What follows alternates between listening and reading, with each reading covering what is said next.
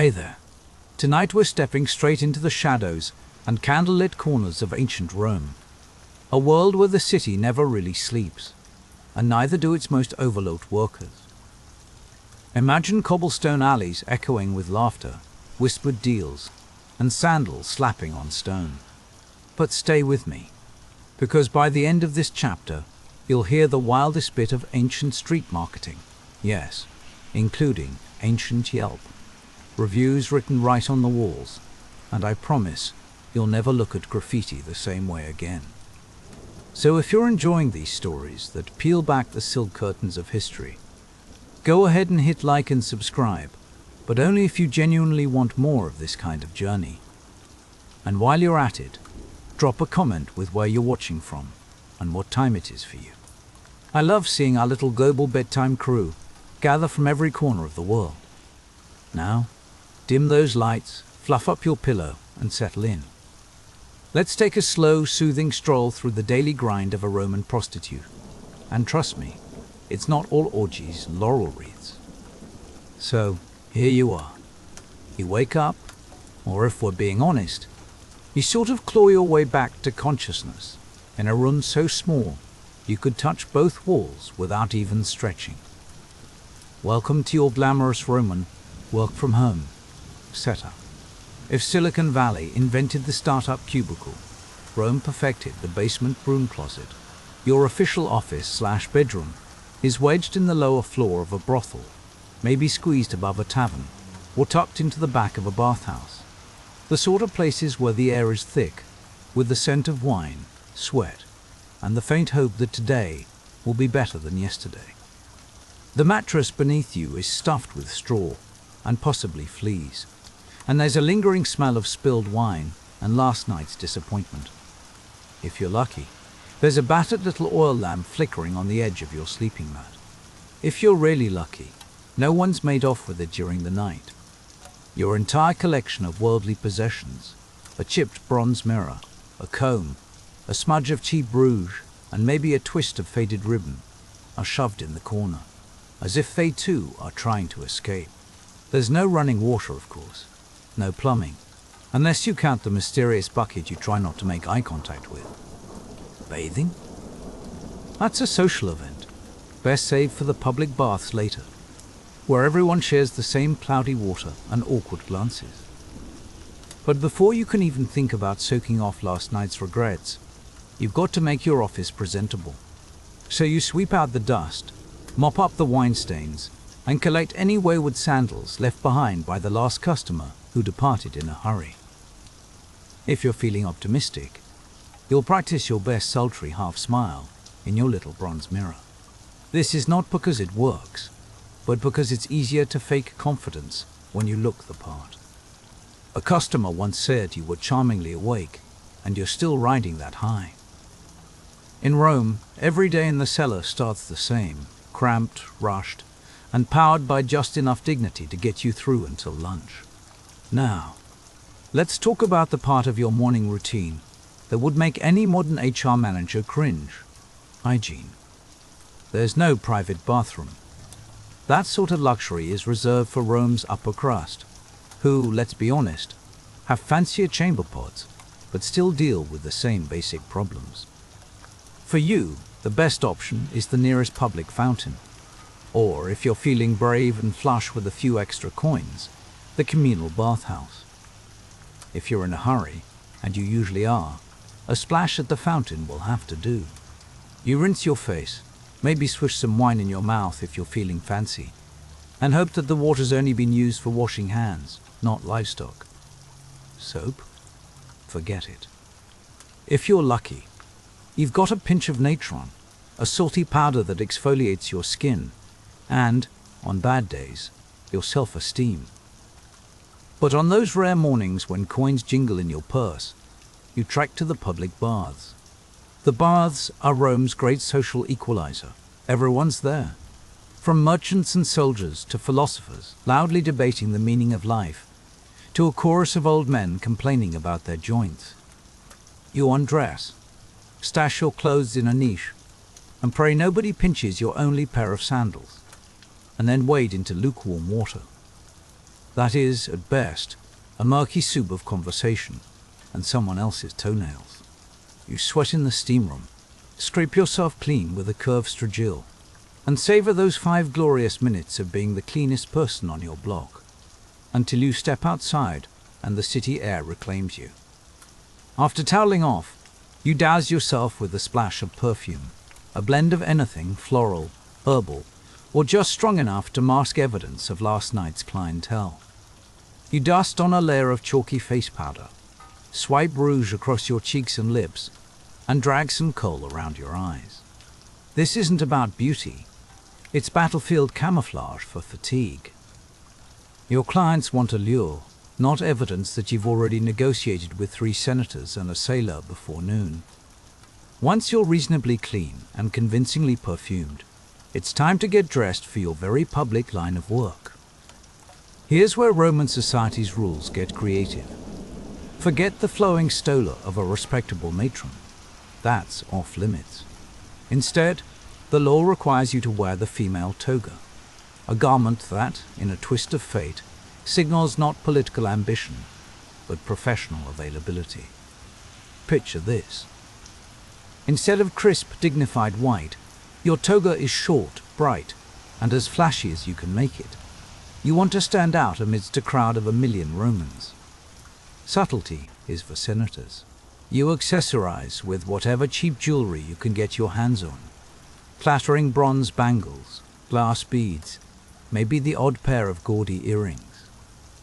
The look isn't about elegance, it's about visibility. In a city where 20 other women are working the same street, you are your own walking billboard. Footwear is whatever's handy. Some days you have simple sandals. Other days you go barefoot, depending on how business is going or how many shoes have walked away with customers. Comfort is not on the agenda. You'll spend your day standing, strolling, and occasionally sprinting away from a client who can't take no for an answer. Your hair. That's a daily project. Roman prostitutes often curled and dyed their hair, and wigs, especially blonde ones imported from Gaul, were in high demand. Blonde hair was the ancient equivalent of having the hottest imported handbag, rare, eye-catching, and expensive. You powder your face pale, brush on red for your cheeks and lips, and line your eyes with kohl to look less exhausted. The finished product is bold, brash, and impossible to ignore.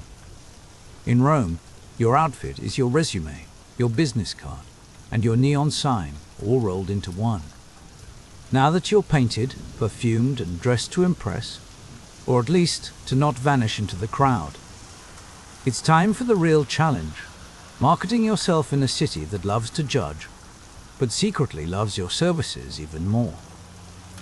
Ancient Rome had no flyers, no websites, no branding consultants. You, my friend, were your own advertising department. If you wanted clients, you had to be seen. You had to be loud. If you could get your name immortalized in graffiti, all the better. Let's start with location, the secret weapon of any successful business.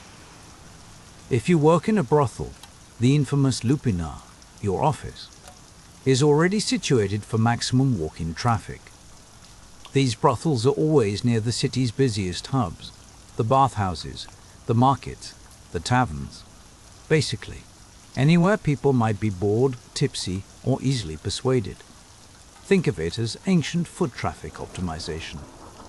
You stand in the doorway, striking your best "come hither, but hurry up" pose, calling out to passers-by with a combination of flattery, haggling, and the occasional time-limited special.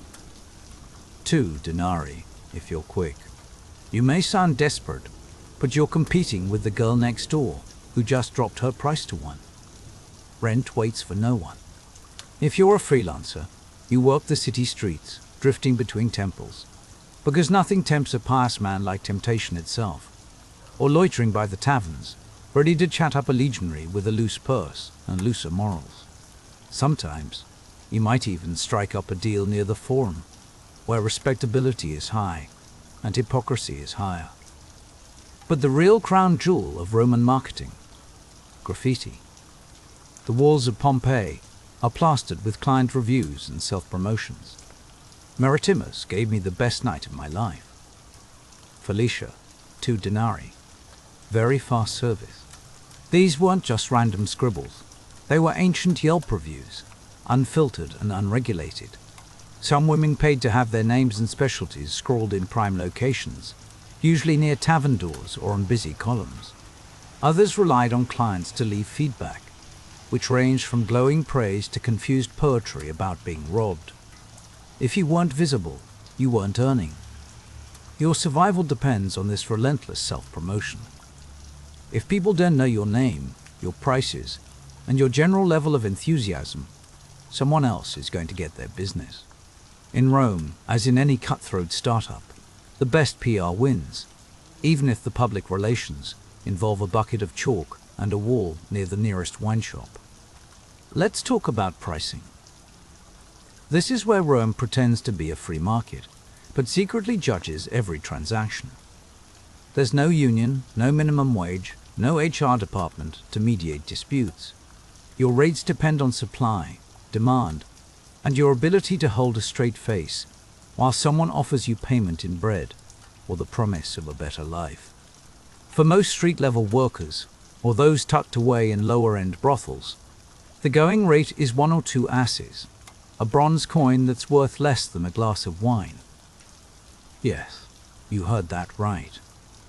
Sometimes, clients pay less than what it would cost them to get a decent lunch.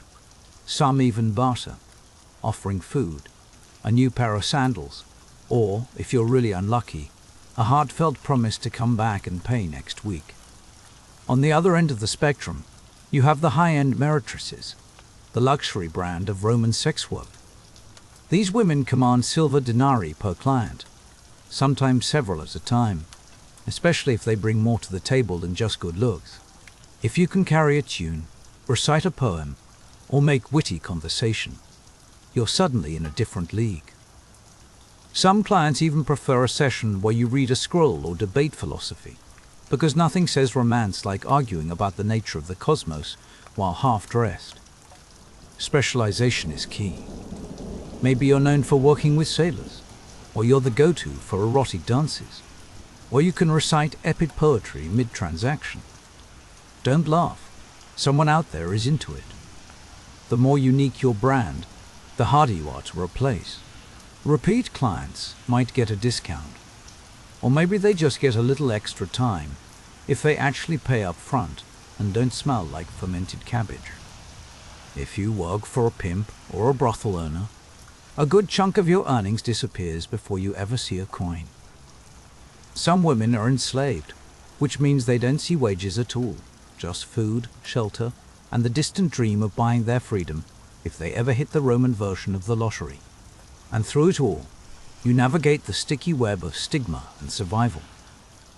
The city depends on your labor, judges your presence, and yet can't function without you. You're part entrepreneur, part performer, part survivor, living out your days in the shadows of marble temples and beneath the murals of ancient advertisements. So, you survived another morning in your windowless cubicle, painted your face, donned your brightest toga, and hustled your way through ancient Rome's most competitive marketplace. And as the sun climbs higher and the city comes alive, you ready yourself for another round of negotiations, judgments, and the eternal struggle to stand out in a crowd that pretends not to see you. Ready for your next onboarding session? Because the real drama is just about to begin. Next up, we'll step inside the infamous lupanar and peel back the curtain on what it was really like to work, survive, and endure in the heart of Rome's red light district. Let's get you acquainted with your new workplace, the lupinar. This is Rome's idea of a brothel, which is to say, it's got real walls and a roof, already a step up from hustling behind the tavern's compost heap. But don't mistake masonry for glamour. The lupanar is less a temple of Venus and more a labyrinth of regrets, with the faint aroma of last night's wine, sweat, and decisions you'll never tell your mother about. Welcome to your onboarding orientation. Roman edition. Your official job title? Lupa or she-wolf? The Romans loved a good animal metaphor, especially when it came to women working in the world's oldest profession. Sure, it's not exactly a LinkedIn headline that screams empowerment, but at least branding is consistent across the empire. You're a crucial part of society's underbelly. Just don't expect a badge or a business card. Most lupinas were wedged between bathhouses and drinking dens, perfectly situated to catch the stumbling foot traffic of tipsy senators, off-duty soldiers, and local boys looking for a shortcut to adulthood. Picture a two-story building crammed into the city's crowded heart. You enter through a narrow stone corridor lined with cubicles about the size of a generous closet. Each one sports a stone slab for a bed, a mattress thinner than a senator's scruples, and just enough space to pace back and forth, contemplating your choices. Doors? Too luxurious. You get a curtain. Privacy is for the wealthy. If you're lucky, it blocks the view, but not the snoring or the suspicious noises from the next suite. You're not running this operation solo. Every lupinar has its management, a delightful parasite called the Leno if it's a man, or the Lena if it's a woman. Think of them as your supervisor, HR manager, and payroll deduction specialist all rolled into one. Their duties include taking a hearty cut of your earnings, promising repairs they'll never make, and occasionally barking pearls of wisdom like, "Work faster, he's a senator." If you're hoping for a mentorship program, adjust your expectations. The clientele. Rome's finest and Rome's weirdest. You'll entertain everyone from nervous teenagers clutching their first allowance to grizzled legionaries and balding senators on their third midlife crisis. Some treat the visit like a sprint. Blink and you'll miss them. Others, unfortunately, want to recite poetry. If you're unlucky, you'll have to nod through a few verses about the tragic beauty of the Tiber at sunset. Trust me, it's not as romantic as it sounds. During slow periods, you take up position near the entrance, flashing your best. "I'm interested, but my soul left hours ago." Smile as you call out to passers-by. Marketing here is simple and direct. Specials are announced with a wink. 2 coins, today only. I'll even pretend your tunic is flattering. Ancient Rome didn't have social media, but it did have war graffiti. The Lupinar's walls are covered in carved endorsements and complaints. Felix was here. Twice. Task is a good time. Some patrons get creative, doodling stick figures of dubious proportions. Artistry may be lacking, but confidence is never in short supply. Brothel life doesn't offer luxury, but it does bring a kind of routine. You've got a roof, a place to sleep if you squint hard enough, and a front row seat to the greatest, weirdest parade Rome can muster. Every day is a crash course in human nature, with a syllabus written in sweat and whispered secrets. Not every Roman prostitute clocks in at the Lupinar, though. Some take their talents to the tavern, a career move akin to transferring from a cubicle farm to an open-plan startup, but with more spilled wine and fewer dreams of stock options. Roman taverns, or Coponi and Popini, are where the city's elite drinkers, failed poets, and debt-ridden gamblers gather to philosophize, brawl, and pretend they understand Virgil. If you're on tavern duty, your mission is simple: pour the wine, turn on the charm, and dodge hands more often than compliments. A typical shift here involves juggling a jug of questionable wine in one hand and a forced smile in the other. The drinks are watered down, the cups are never quite clean, and the patrons are rarely sober enough to notice. You flirt just enough to keep the coins coming, but not so much that a fight breaks out, unless the entertainment value is worth the cleanup. The background music is a tapestry of shouting, dice rolling, and the gentle thud of someone losing at both love and cards. Taverns are technically eateries, which means your workday is steeped in the scent of boiled cabbage, overcooked fish sauce, and humanity's collective body odor. The aroma clings to you long after your shift ends, as does the memory of that one client who thought quoting Ovid was foreplay. Still, it's an opportunity. For a few extra coins, you'll pretend not to notice that someone skipped the bathhouse this week. Some women work the back rooms or upstairs, turning the tavern into a hybrid workspace, half brothel, half bistro. Others stick to the main floor, offering lap-sitting and compliments like, "Your toga looks so fresh." In Rome, that's high praise. Payment is strictly upfront. Credit was not invented for this line of work, and if someone tries to talk their way out of paying, you've got options. Raise your voice, threaten to involve the bouncer, or simply start listing their tab out loud. The bouncer is usually an ex-gladiator with a fondness for short sentences and shorter tempers. The upside of the tavern gig is more tips and exposure to a wider clientele. The downside, you're a waitress, therapist, and crisis negotiator rolled into one, and emotional labor is never tipped. If tavern life doesn't suit, you might go independent, the Roman version of freelancing, or as the city called it, working the streets. Street prostitution, or the life of the prostibula, is where your entrepreneurial spirit meets the raw unpredictability of Rome's public spaces. You're an independent contractor, with all the glory and none of the job security. The city streets are alive with opportunity and sewage. You roam the alleys, linger near bathhouse entrances, or claim a spot by the market stalls. Some even set up shop on the temple steps, because nothing says divine intervention like a discount outside the shrine of Venus. Daytime brings the best foot traffic, but also the most risk. Your audience includes gawking teenagers, judgmental matrons, and the occasional magistrate who thinks your existence is a public menace. Spoiler, his wife disagrees. Dressing for street success is all about visibility. Flashy tunics, bright jewelry, and maybe a wig made from imported German hair. The goal is to stand out, think, look at me, rather than blend in. You want to catch a client's eye before his wife catches him wandering.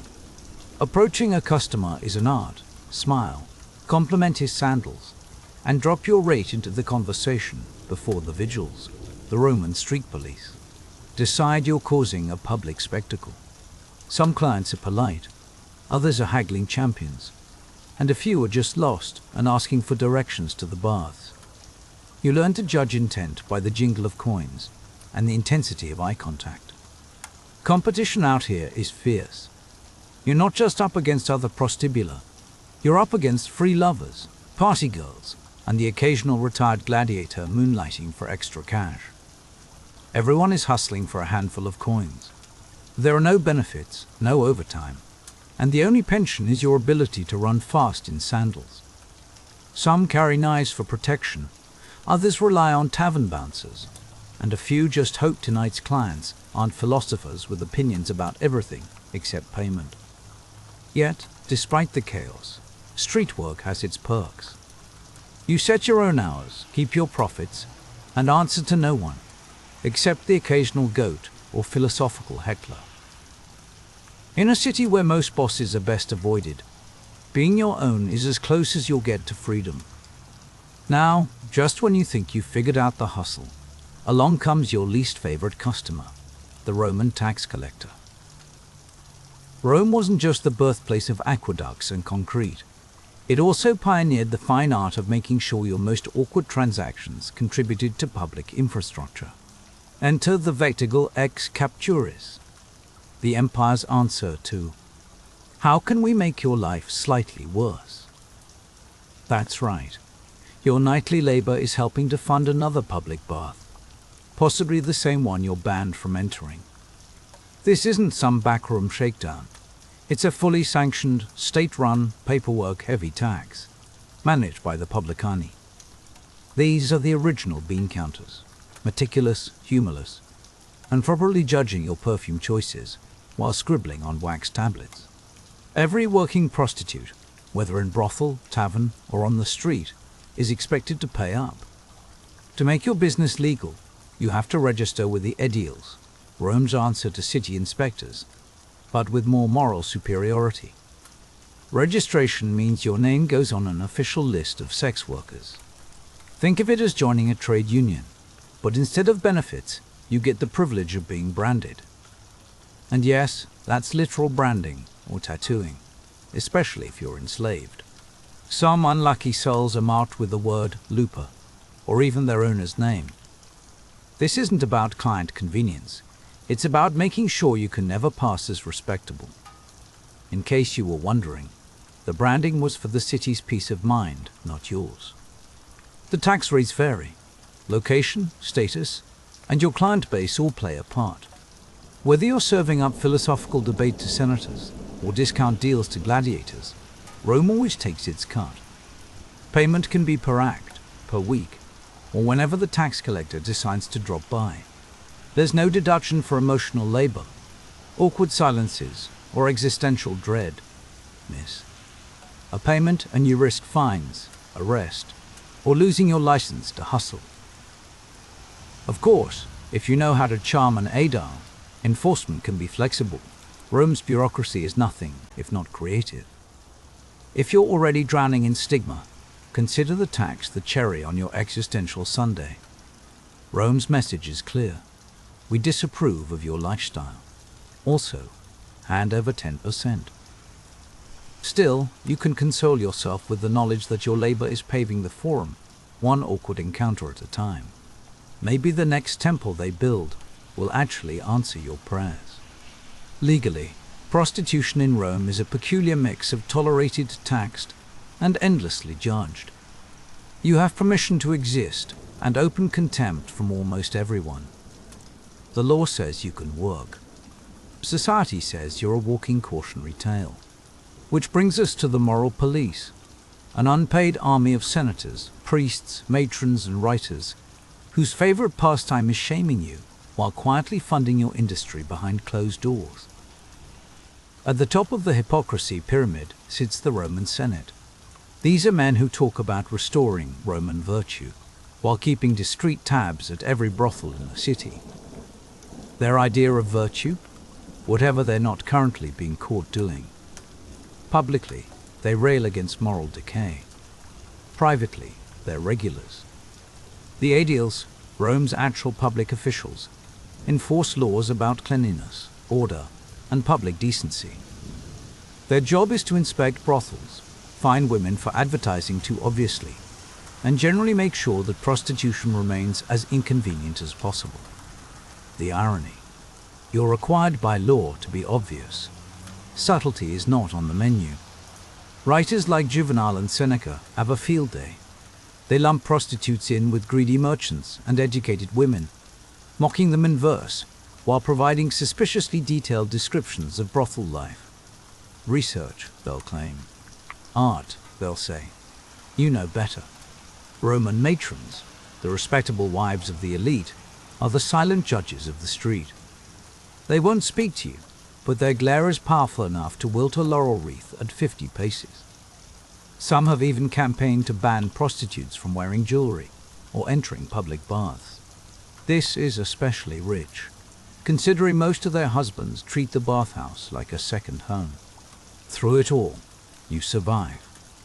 You adapt. You laugh in the face of hypocrisy and find moments of camaraderie with your fellow workers.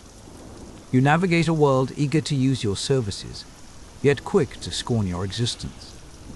You pay your taxes, dodge the moral police, and keep your head high even when your mattress is low. But before you get too comfortable in your new role, let's talk about the real occupational hazards, disease, injury, and whatever mystery ailment the sailor from Brundisium left behind. Because in Rome, survival wasn't just about dodging shame. It was about staying alive, one day at a time. Ready to learn about the health risks, religious entanglements, affairs of the heart, and what happens when a looper grows old. Well, brace yourself.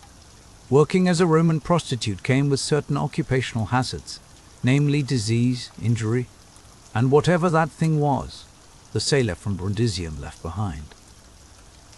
Specials are announced with a wink, 2 coins, today only. I'll even pretend your tunic is flattering. Now, let's get into the real perks of your new role in ancient Rome's red light district. No, not the flexible hours or the all the wine you can drink benefits package. I'm talking about health coverage, such as it was, and your options for spiritual support, romance, aging gracefully, and, of course, the legacy you'll leave behind.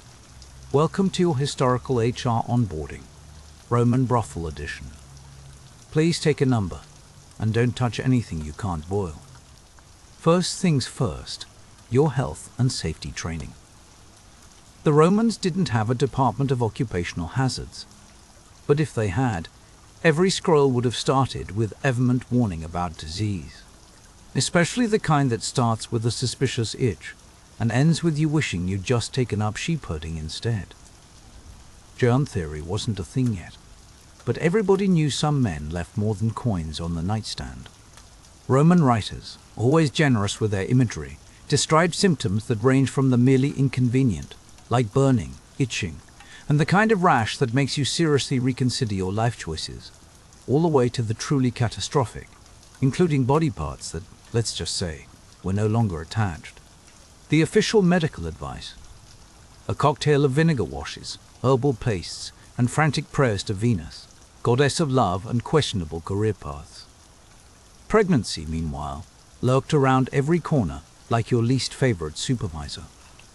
There was no handy little pill to take, but if you had some coin and a stomach for risk, you might have tried the ancient version of birth control. Some women used silphium, a plant so wildly popular for contraceptive purposes that it was harvested into extinction, proving that even in the ancient world, supply chain problems were a thing. There were also makeshift condoms fashioned from animal intestines, which, yes, added a certain rustic charm to the proceedings.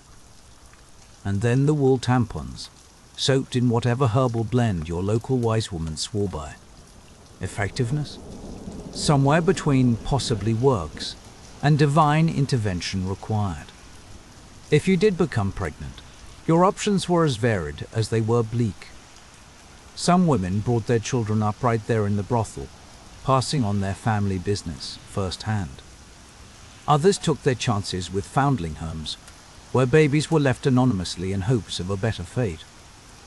The darkest option was exposure, leaving infants on the street, a practice everyone officially condemned, yet unofficially ignored.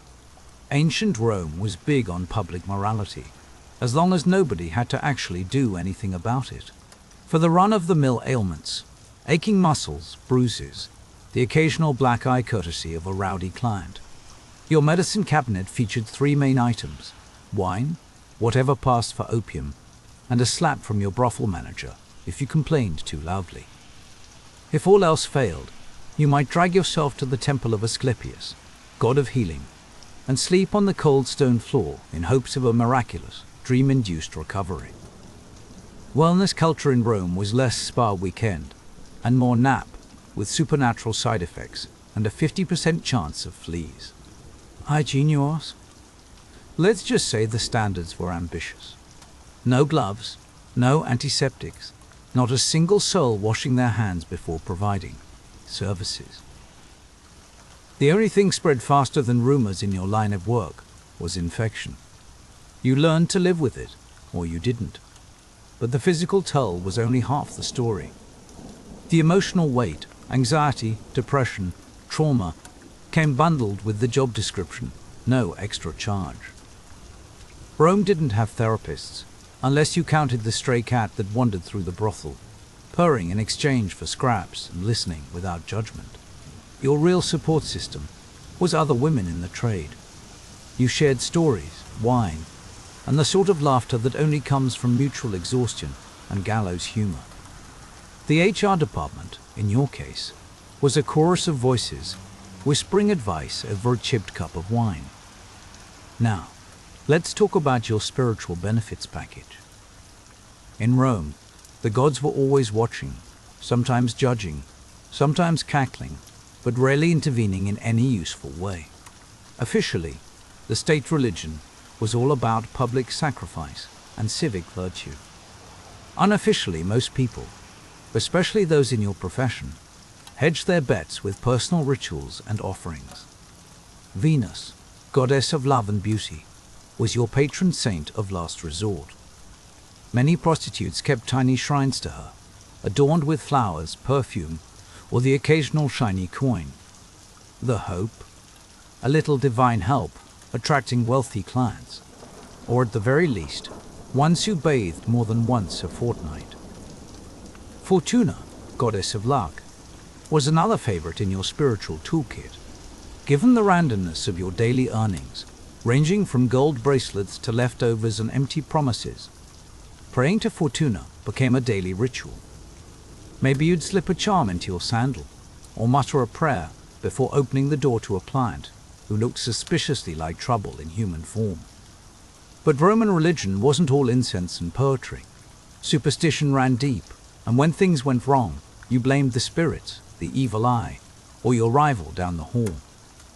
Incense was burned to ward off curses, and red cords tied around the ankle served as a kind of spiritual firewall. If you were feeling especially vindictive, you might even hire a witch to curse a competitor's hairline or dry up her client list. Archaeologists have actually found hundreds of curse tablets in Roman brothel districts, and let's just say they read more like ancient Yelp reviews than solemn prayers. May her tongue rot, may her clients vanish, and may she step in donkey dung on market day. 5 stars would curse again. If you were enslaved, Mercury, the god of commerce and transactions, got a nod from you. After all, your whole life was one big, messy receipt. And if you were lucky enough to save for your freedom, Libertas, goddess of liberty, got a slightly nicer candle on your altar. All these rituals weren't just tradition.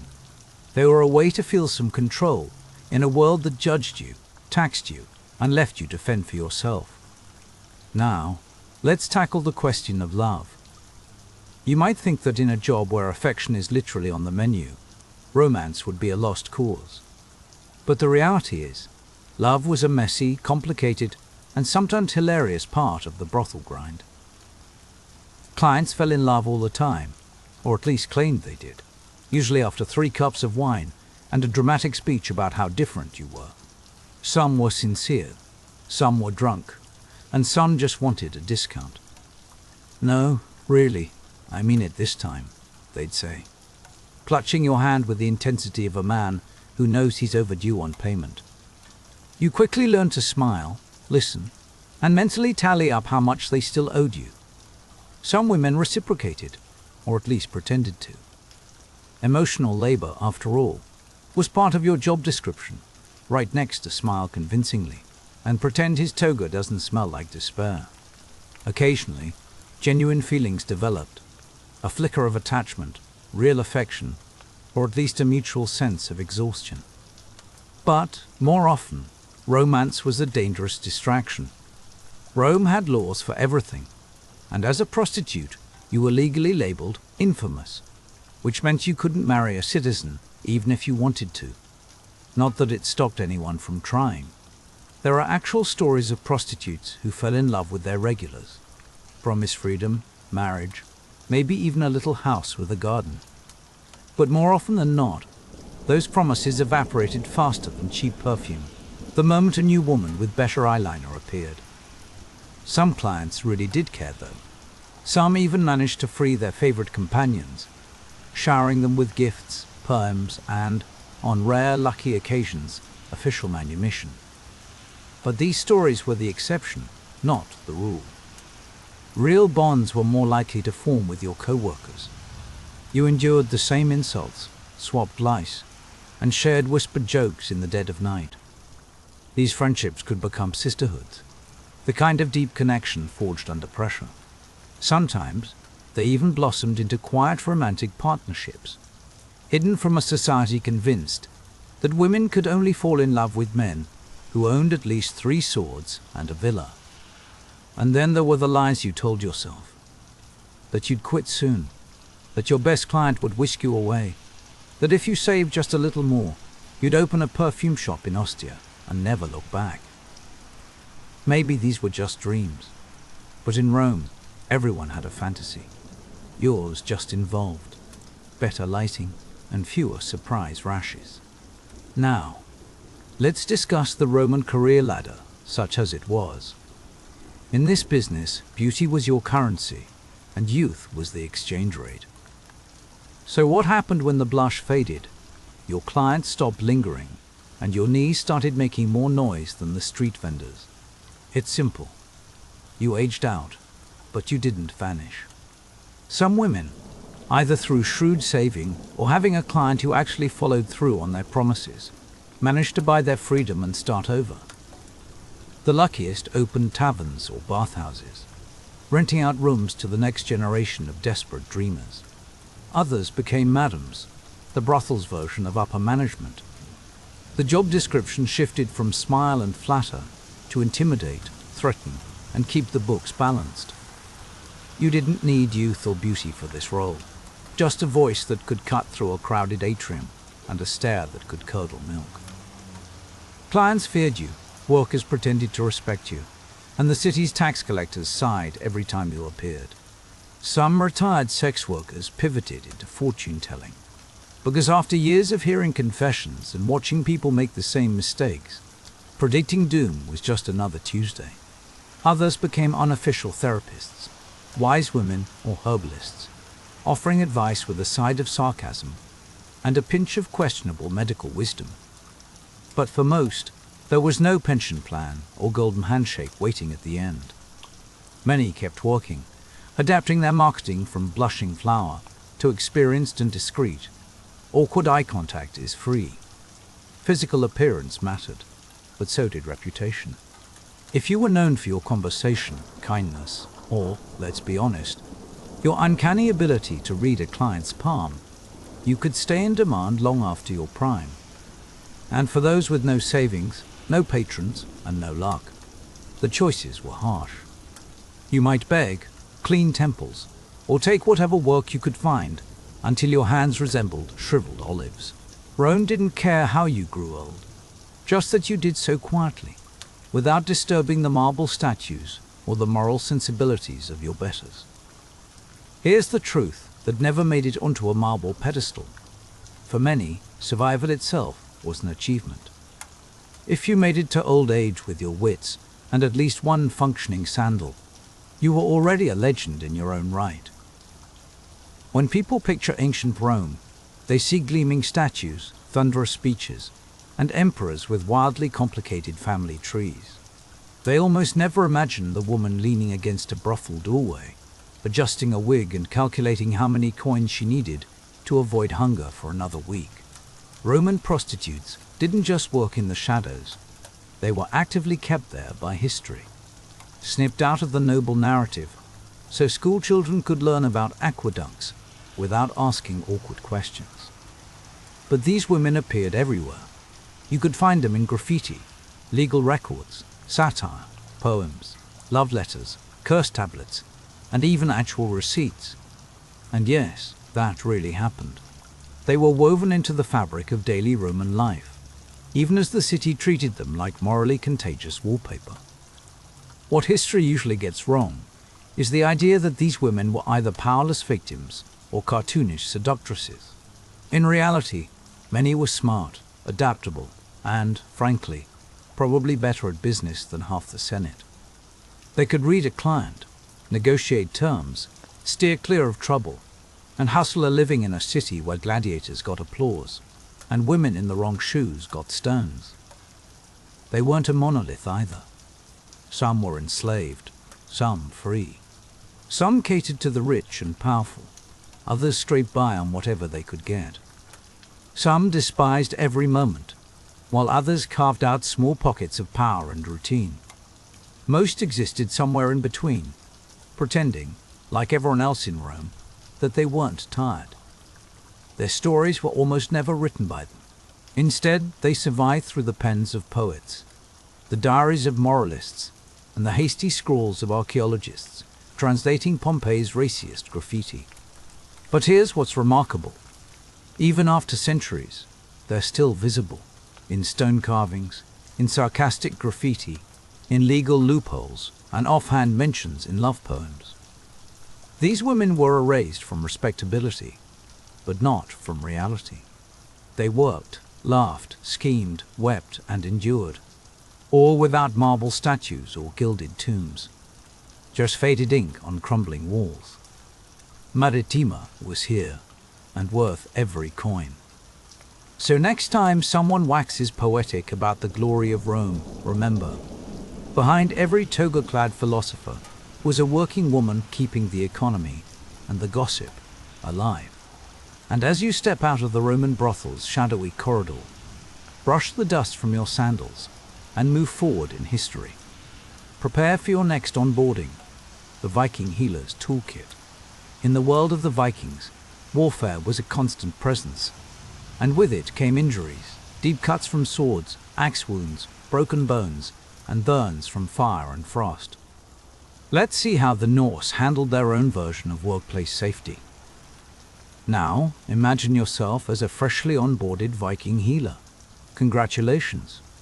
Your new job description includes battlefield triage, household health maintenance, and the occasional impromptu spiritual consultation. Your workplace. Anywhere from a smoky longhouse to a blood-soaked field, all of it smelling faintly of sweat, pine, and last night's mead. Forget ergonomic office chairs. Your desk is a flat rock, and your medical kit is whatever you can carry in a leather pouch.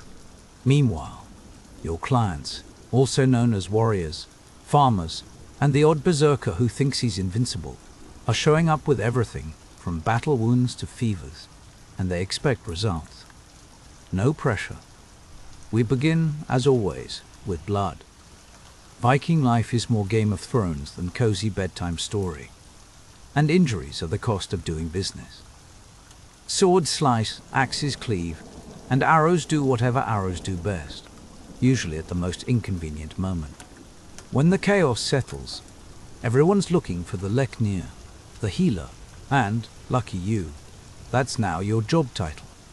You're expected to deliver miracles with a handful of plants and a collection of whispered prayers to stop blood, ward off infection, and maybe convince Odin to look favorably on your overtime.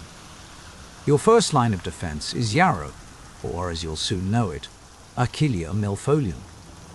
Think of it as the Viking equivalent of duct tape, but with a better aroma and actual medical benefits. Yarrow is your all-purpose, do not leave home without it herb. You spot it growing wild along rivers, and in the trampled grass near the village, the feathery green leaves blending in with the landscape until you know exactly where to look. When a warrior staggers in with a gash that would make a butcher wince, you reach for yarrow. The process is simple, at least by Viking standards. You crush the leaves with your hands. No fancy pestle and mortar required, just some elbow grease and determination, and pack them straight into the wound. Sometimes you mix it with animal fat, beeswax, or whatever sticky substance is on hand, and bind the injury tightly with a strip of linen or animal hide. If your patient is lucky, the bandage smells faintly herbal. If not, it smells mostly like regret. But this isn't just field medicine, it's ritual.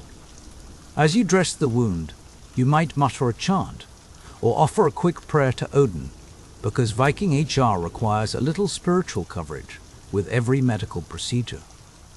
Yarrow isn't just practical, it's sacred. Legends say its power to stop blood comes straight from Odin, who, let's be honest, probably knew a thing or two about bleeding in battle. So, while your hands are sticky with sap, you might pause for a moment of reverence. History, after all, is written by those who survive the infection. Yarrow isn't only for gaping wounds and heroic injuries. When the village is quiet, you'll brew it as a tea, its flowers steeped in hot water to soothe fevers, calm digestive storms, or take the edge off menstrual cramps. Picture yourself, late at night, hunched over a smoky fire, watching steam curl from a battered pot. The scent is grassy and sharp, and you hand the cup to a coughing child or a woman doubled over with pain, hoping the plant's magic holds. Versatile doesn't even begin to cover it. If yarrow had a business card, it would read, staunches blood, soothes pain, occasionally impresses the gods. As a healer, you know your surroundings as intimately as a modern pharmacist knows the inside of a pill bottle. You track the changing seasons by the plants that bloom, memorizing when and where to harvest to ensure your medicine chest stays stocked through the endless Scandinavian winter. Your knowledge is handed down in stories and hands-on lessons, often from mother to daughter or grizzled elder to wide-eyed apprentice. There's no formal onboarding process, just years of observation, gentle corrections, and, sometimes, a little trial by fire. Or frostbite. As much as yarrow earns its reputation, it's not your only heavy hitter. The Viking battle against infection requires backup, and that's where Angelica steps in. Angelica, Archangelica, tall, dramatic, and about as subtle as a mead hall brawl, rises from the earth like a green cathedral. Its thick hollow stalks and umbrella-like flower clusters tower over the other herbs in your garden, catching the eye, and, occasionally, the superstitious respect of your neighbors. If this plant had a LinkedIn profile, it would list broad-spectrum medicinal properties and excellent references from several monasteries. Angelica is your go-to for deeper, nastier wounds, the kind that smell faintly of doom and require more than a quick patch job. You dry the root, grind it down, and steep it into a bitter decoction, using it to fight off internal infections, stimulate sluggish circulation, or reduce angry inflammation. Its warming effect is legendary, which is just as well, because Scandinavian weather is a never-ending trial by ice. When infection threatens to spread, you might mix Angelica root with animal fat or beeswax to create a thick, aromatic salve. Rubbed on festering injuries, it's part medicine, part olfactory experience, and, with luck, wholly effective. Angelica's powers aren't limited to physical healing. In the Viking worldview, every plant has its story, its place in the cosmic order. Angelica, with its strong scent and bold presence, is believed to carry a certain divine energy. Even its Latin name whispers of angels, though the Norse version is more likely to involve whispering spirits and the occasional appearance by a mischievous deity. Later, in Christian Europe, people claimed the plant was revealed by an angel to cure the plague. Vikings, for their part, saw it as a gift from the gods, a spiritual shield as well as a physical remedy. Women healers, who often double as midwives and household herbalists, keep a special stash of Angelica for gynecological emergencies. It's used to regulate menstrual cycles, ease the pains of childbirth, and generally make the business of being a woman in the Viking Age slightly less perilous. Sometimes, when sickness sweeps through the village, you'll burn Angelica as part of a smoke ritual, letting its scent fill the house in hopes of driving out disease. It's healthcare, but with incense and a side of superstition. Your modern colleagues would call it holistic. Your neighbors just call it sensible. No matter where you go, from windswept farms to bustling trading towns, Angelica is always close at hand. Its effectiveness and the air of mystery that surrounds it make it a cornerstone of your healing practice. A cornerstone built on equal parts science, tradition, and a healthy respect for things that go bump in the night. Now, let's talk birch, nature's multi-tool, and the Scandinavian answer to what else can we squeeze out of this tree. Come spring, as the snow reluctantly begins to melt, you join the annual pilgrimage into the woods, wooden tap in hand, ready to collect birch sap. Timing is everything. The sap only rises for a short window, and if you miss it, you're stuck waiting another year while everyone else enjoys a round of revitalizing drinks, and you get to explain why you're out of stock. Birch sap is a clear, slightly sweet liquid, served fresh or, if you're feeling fancy, fermented into a mild alcoholic brew. You dole it out to the sick and the weary, those who survived the winter but lost their spark. It's your Viking version of an energy drink, packed with minerals, natural sugars, and the electrolytes no one has ever heard of, but everyone desperately needs. The taste is clean, almost delicate, a subtle reminder that spring has finally, mercifully arrived. During fever season, you'll often blend birch sap with cooling herbs, meadow or elderflower, creating a gentle remedy that lowers temperature and restores strength. When things get dire, you add bitter herbs like wormwood, aiming to purge whatever malevolent humors are believed to be lurking inside. The logic is straightforward: cleanse, restore, rebalance. In a world with no antibiotics and an alarming number of things trying to kill you, every drop of birch sap feels like a small miracle. Birch isn't just about what you drink. You also make use of the bark, boiling it down into a sticky tar-like substance that works wonders on skin infections, minor burns, and the inevitable insect bites that come with summer. Birch leaves, meanwhile, are tossed into steam baths and poultices, drawing out toxins, while you and your patient breathe in the sharp, invigorating scent. These treatments are rarely conducted in silence. There's always a prayer, a chant, or a muttered hope that the gods are in a generous mood today. Symbolically, the birch tree is all about new beginnings.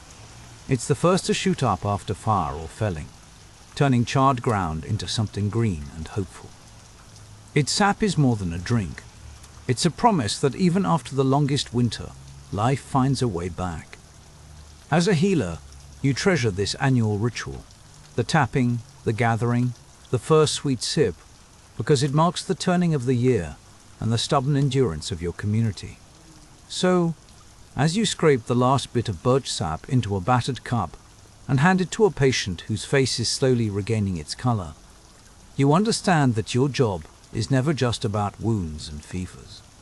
You're the keeper of renewal, the manager of comebacks, and occasionally the bringer of hope on a cold, grey morning. But where there's healing, there's always more purification and pain to tackle. As we move deeper into the Viking Healer's Toolkit, let's explore the powerful cleansing force of juniper, the soothing meadows, and the mystical mugwort. If you've just clocked in for your first shift as a Viking healer, congratulations.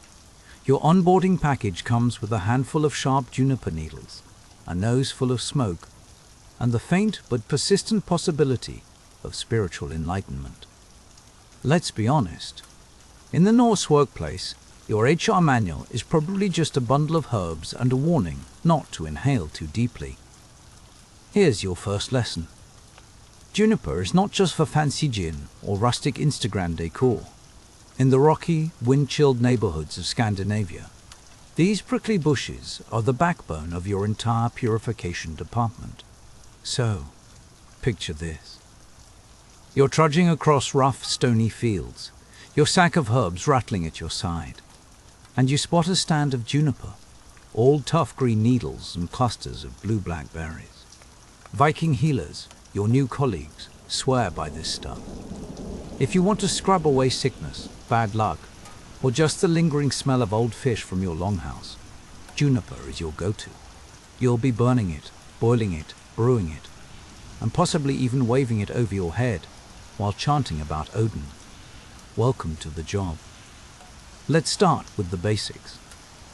Those little berries. They're your all-natural, one-ingredient diuretic.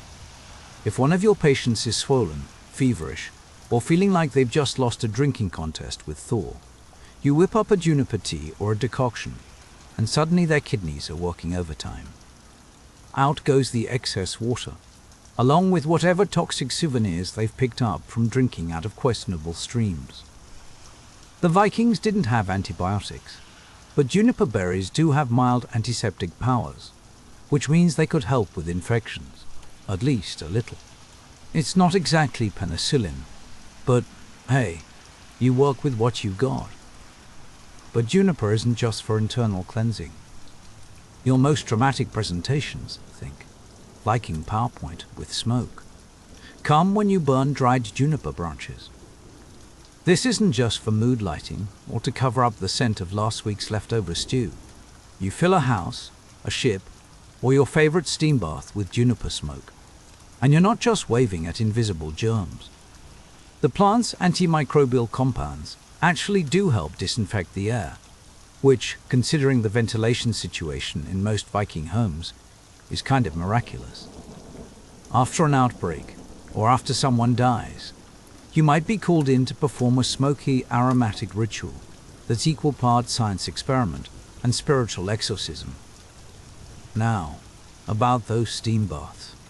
Think of these as the Viking version of a corporate wellness retreat, except everyone's naked, sweating profusely, and someone keeps throwing branches onto hot rocks.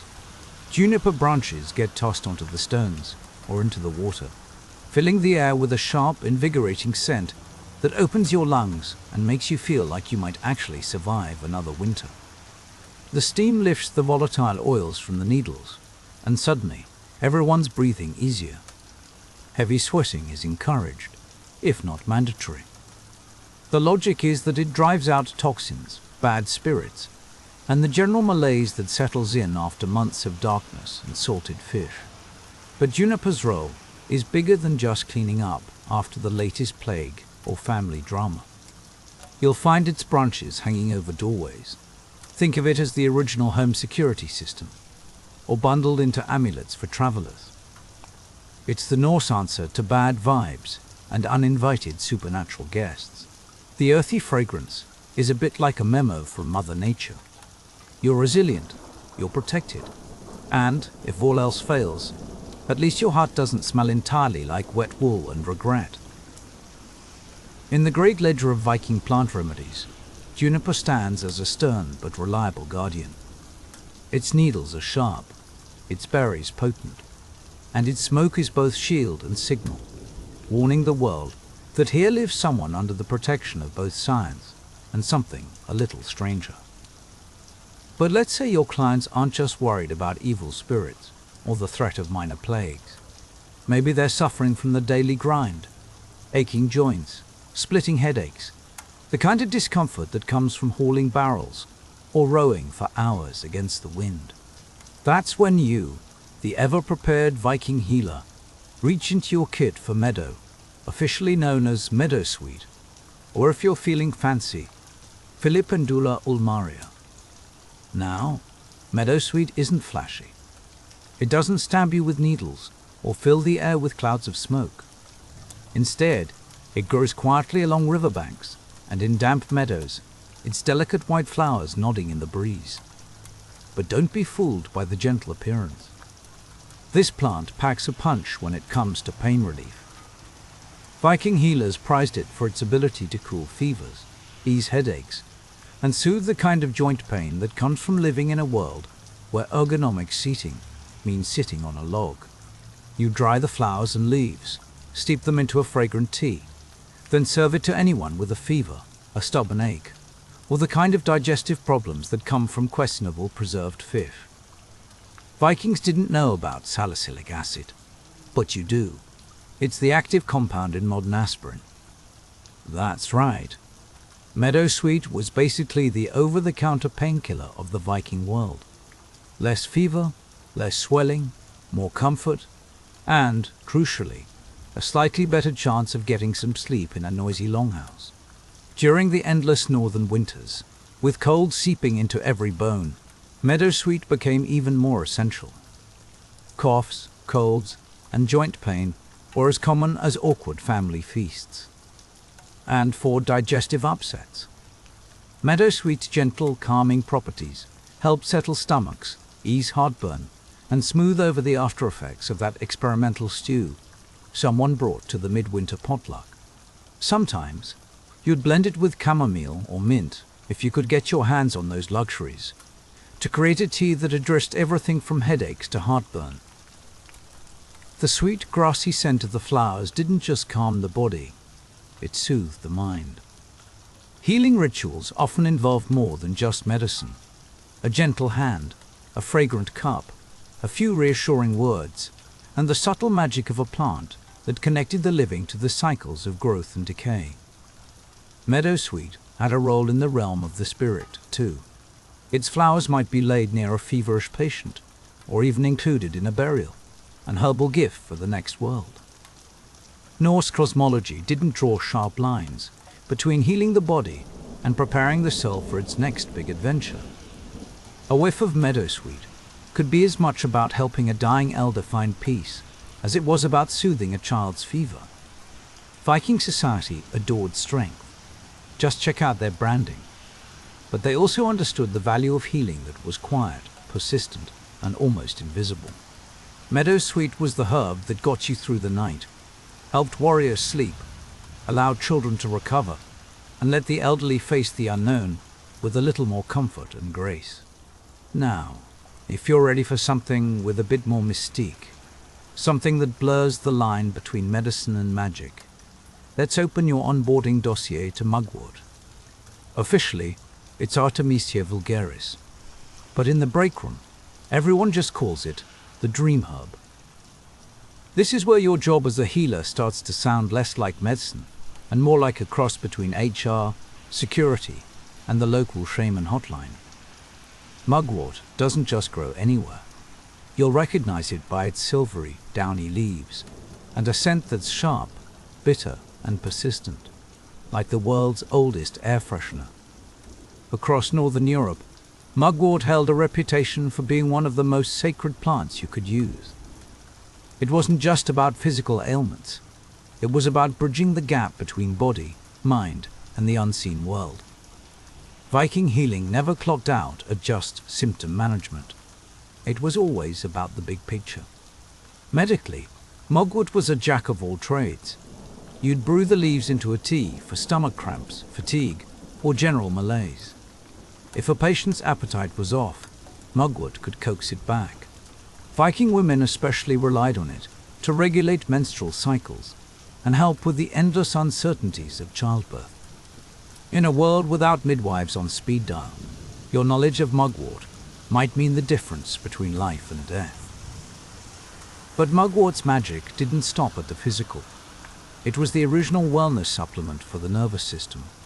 Warriors troubled by nightmares or the aftershocks of battle could find calm in a mugwort tea or by inhaling its smoke. If sleep eluded your patients, thanks to haunting memories or just another stormy night, you might burn mugwort near their bedside or tuck a little sprig under their pillow. Aromatic herbs like this really do have mild sedative effects, even if your ancestors didn't call it sleep hygiene. The real party trick, though, was mugwort's role in rituals. If you were a vulva or seidkona, a Norse wise woman, mugwort was your ticket to the other side. Burn it during cider, the trance magic rituals. Carry it in a pouch for protection on long journeys. Hang it over doors to ward off misfortune.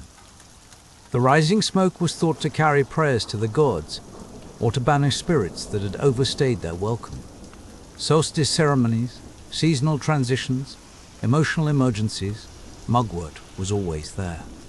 The plant of thresholds, used whenever someone stood at the edge between sickness and health, life and death, or simply between one long winter and the hope of spring. To the healer, mugwort wasn't just another tool. It was an ancient partner in the business of keeping chaos at bay, helping your patients align body, mind, and soul with the unpredictable rhythms of the world. So, as you finish your orientation, remember, purification, pain relief, and a little mystical HR support are all in a day's work for a Viking healer. With juniper to cleanse, meadowsweet to soothe, and mugwort to guide and protect, you're ready to face whatever the fjords, the gods, or your co-workers' questionable hygiene throw at you. And just when you thought your herbal arsenal couldn't get any more versatile, brace yourself, because next up is garlic. Yes, that humble, pungent bulb, beloved by both vampires and Vikings, is about to become your new favorite cure-all. Let's get one thing straight about your new Viking healer onboarding. Garlic isn't just what you toss in a stew when the salted fish starts to smell suspicious. In your makeshift herbarium, otherwise known as the corner table that doubles as both pharmacy and kitchen, garlic is your frontline staff member. Sure, it's not originally from Scandinavia. Garlic is an immigrant, just like half the odd tools in your medicine bag, arriving from trade routes that snake through the British Isles, Frankish lands, and even far-off eastern bazaars. But once it shows up, it never leaves. Garlic's reputation precedes it, trailing a scent strong enough to knock a raven off a fence post. Let's say a warrior limps through your door, dripping blood and pride after a clash on some muddy field. You reach for garlic, Allium sativum, if you're feeling fancy for your annual performance review. You don't know about bacteria yet, but you do know that garlic has a way of stopping wounds from turning into something much, much worse. Crush a clove, slap it straight onto the gaff, and brace for complaints. It stings, and the smell lingers for days, but it will keep the wound from festering. In an age when a minor scratch can turn into a fatal drama, that's about as close as you get to a miracle cure. Your patients would probably prefer a gentle balm, but this is Viking HR. We don't do gentle. We do effective. Garlic's job is to kill whatever invisible troublemakers might be lurking in that cut, and maybe, just maybe, reduce the swelling enough for your patient to keep swinging an axe tomorrow. And while you're at it, you might as well slip some raw garlic into whatever passes for dinner that night. Viking healers pound it into pastes, brew it into broths, or just serve it raw to the truly desperate. The taste is overwhelming, like licking a hot stone that's been marinated in regret. But everyone agrees it helps fight off fevers, coughs, and the endless parade of colds that sweep through the longhouse every winter. If the flavor is too much for your delicate Norse palate, you can always mix garlic with honey. That's right, honey, the official sweetener of trying to disguise medicine as dessert since the dawn of time. Honey isn't just for bribing children to swallow their remedies. It's a powerful antimicrobial on its own. Together, garlic and honey become the Viking equivalent of a double-shot espresso for your immune system. But garlic's resume doesn't end with infections. Let's talk about parasites, specifically the kind that move in after a few too many meals of undercooked meat or a bit too much time communing with livestock. Garlic, sometimes mixed with vinegar, is your go-to prescription. Forget delicate dosing. You administer this pungent tonic in small, bracing gulps, hoping it will evict any unwelcome squatters from your patient's digestive tract. The result is a body thoroughly purged, a mouth that clears every room, and a reputation as a healer who doesn't mess around. Garlic isn't just medicine, it's a force field. Viking households hang braids of garlic over doorways and in sleeping areas, not just to keep away sickness, but to ward off everything from evil spirits to the bad luck that seems to arrive with every change of season. In a world where danger is as constant as the cold, garlic is both shield and signal, protection you can see, smell, and taste. Before heading out on a raid, some warriors make a point of eating garlic, believing its fiery power will strengthen them from the inside out. It's a ritual of endurance. If you're about to face the unknown, be it enemy blades or the terrifying possibility of eating your own cooking, garlic is your secret weapon. It's the edible version of a pep talk, the closest thing to a Viking energy drink, and it's got more spiritual clout than your average helmet charm. Now, just when you think your job as a healer can't get any more glamorous, let's introduce the next member of your botanical support team, stinging nettle. Yes, the same plant that's made you regret picking wildflowers barefoot. In Viking society, nettle is a paradox, painful to touch, but packed with power. It sprouts everywhere you look, thriving on the edges of meadows, pushing up through the trampled ground near your longhouse. Impossible to ignore, and even harder to eradicate. Nettle is your all-purpose revitalizer. Its main claim to fame is restoring blood and vitality, especially when winter has left everyone as pale as a ghost and twice as cranky. You gather the leaves carefully because you enjoy having skin, then dry or cook them to soften the sting. Brewed as a tea or stirred into a broth, nettle becomes a tonic rich in iron, calcium and vitamin C. Think of it as the Norse answer to multivitamins, except yours comes with a faint aftertaste of grass and danger. Sick children, battered warriors, and anyone whose job description includes lifting heavy things in the cold. Get a regular dose of nettle. It's supposed to build up strength, chase away fatigue, and, if you believe the old stories, cleanse the blood. Circulation improves, aches fade, and if you're lucky, your patients stop complaining for 5 minutes.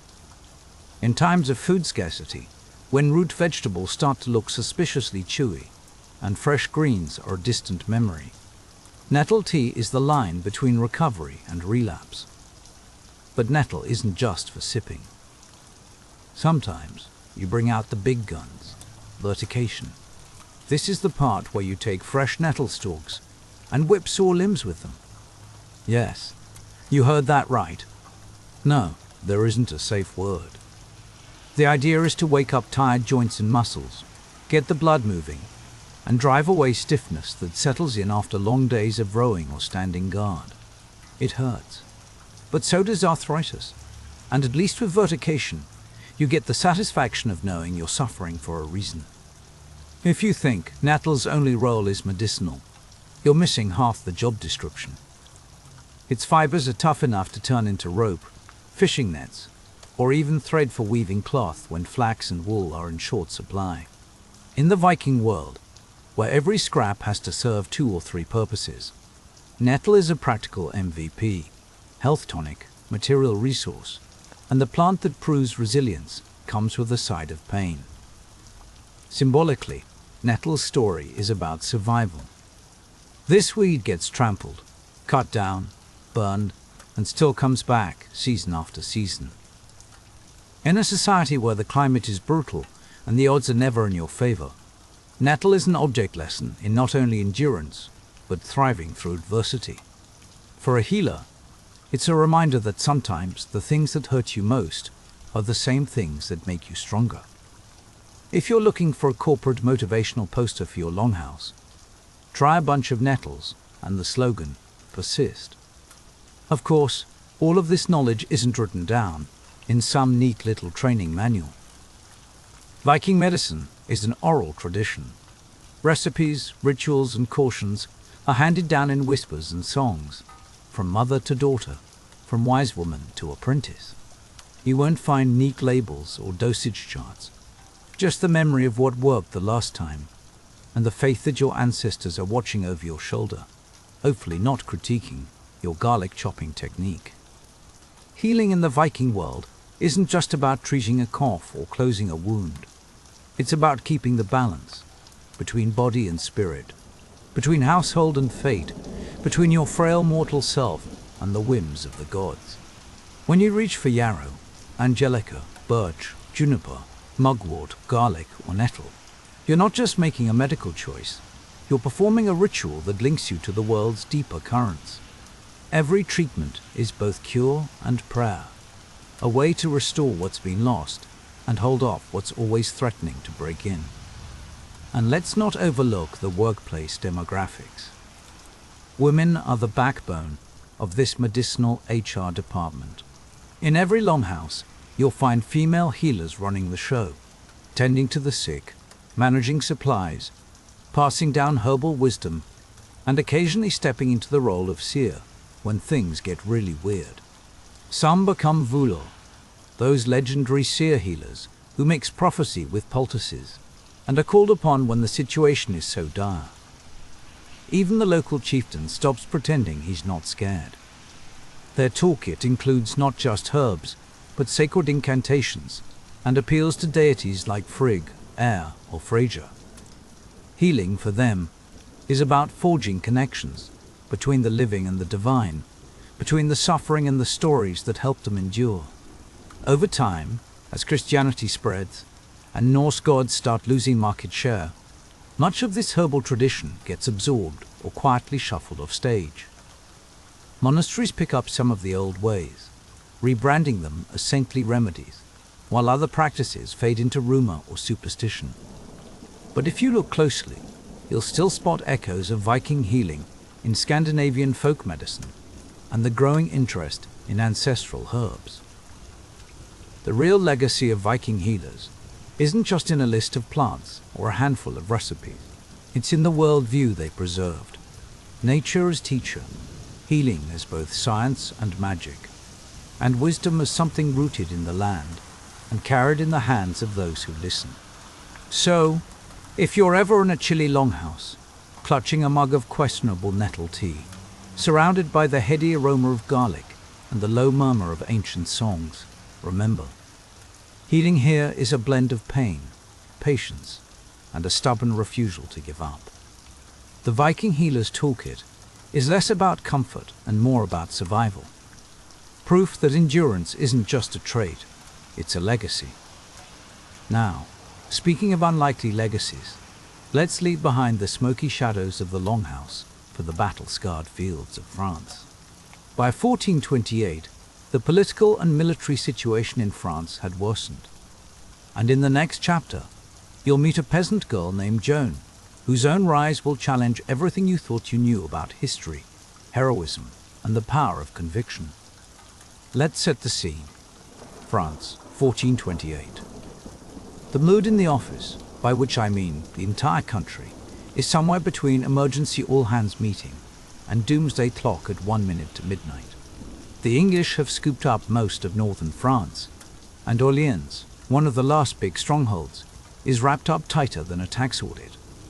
If the English break through here, the French resistance probably clocks out for good. Meanwhile, your CEO, the Dauphin, Crown Prince Charles, remains uncrowned and, frankly, is starting to look like a guy who lists aspirational monarch on his business cards. Enter you, Joan, age 16, with a resume that looks a lot like sheep wrangler, village regular, part-time mystic. You're convinced this is your moment. So, you pack up your faith, your voices, and your absolute refusal to take no for an answer, and march to Vaucouleurs to pitch your divine elevator speech to the local HR director, Commander Robert de Baudricourt.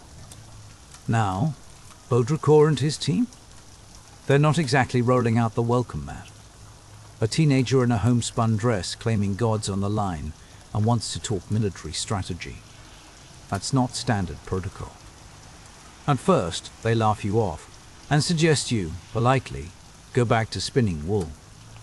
But in true startup founder fashion, you just keep showing up. You knock on that door day after day, undeterred.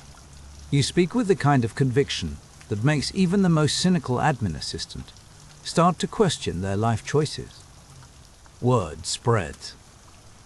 People notice that you seem to know things before anyone else, like when you correctly call a French defeat at Orléans before the messenger even arrives. Suddenly, Baudricourt's not so sure you're just another crank. He decides to escalate your ticket up the chain, sending you, disguised in men's clothes and with an armed escort, straight to headquarters, also known as the Dauphin's Court. Traveling through war-torn France in the 15th century is basically the medieval equivalent of a cross-country road trip with a car full of cash and a giant "Rob Me" sign.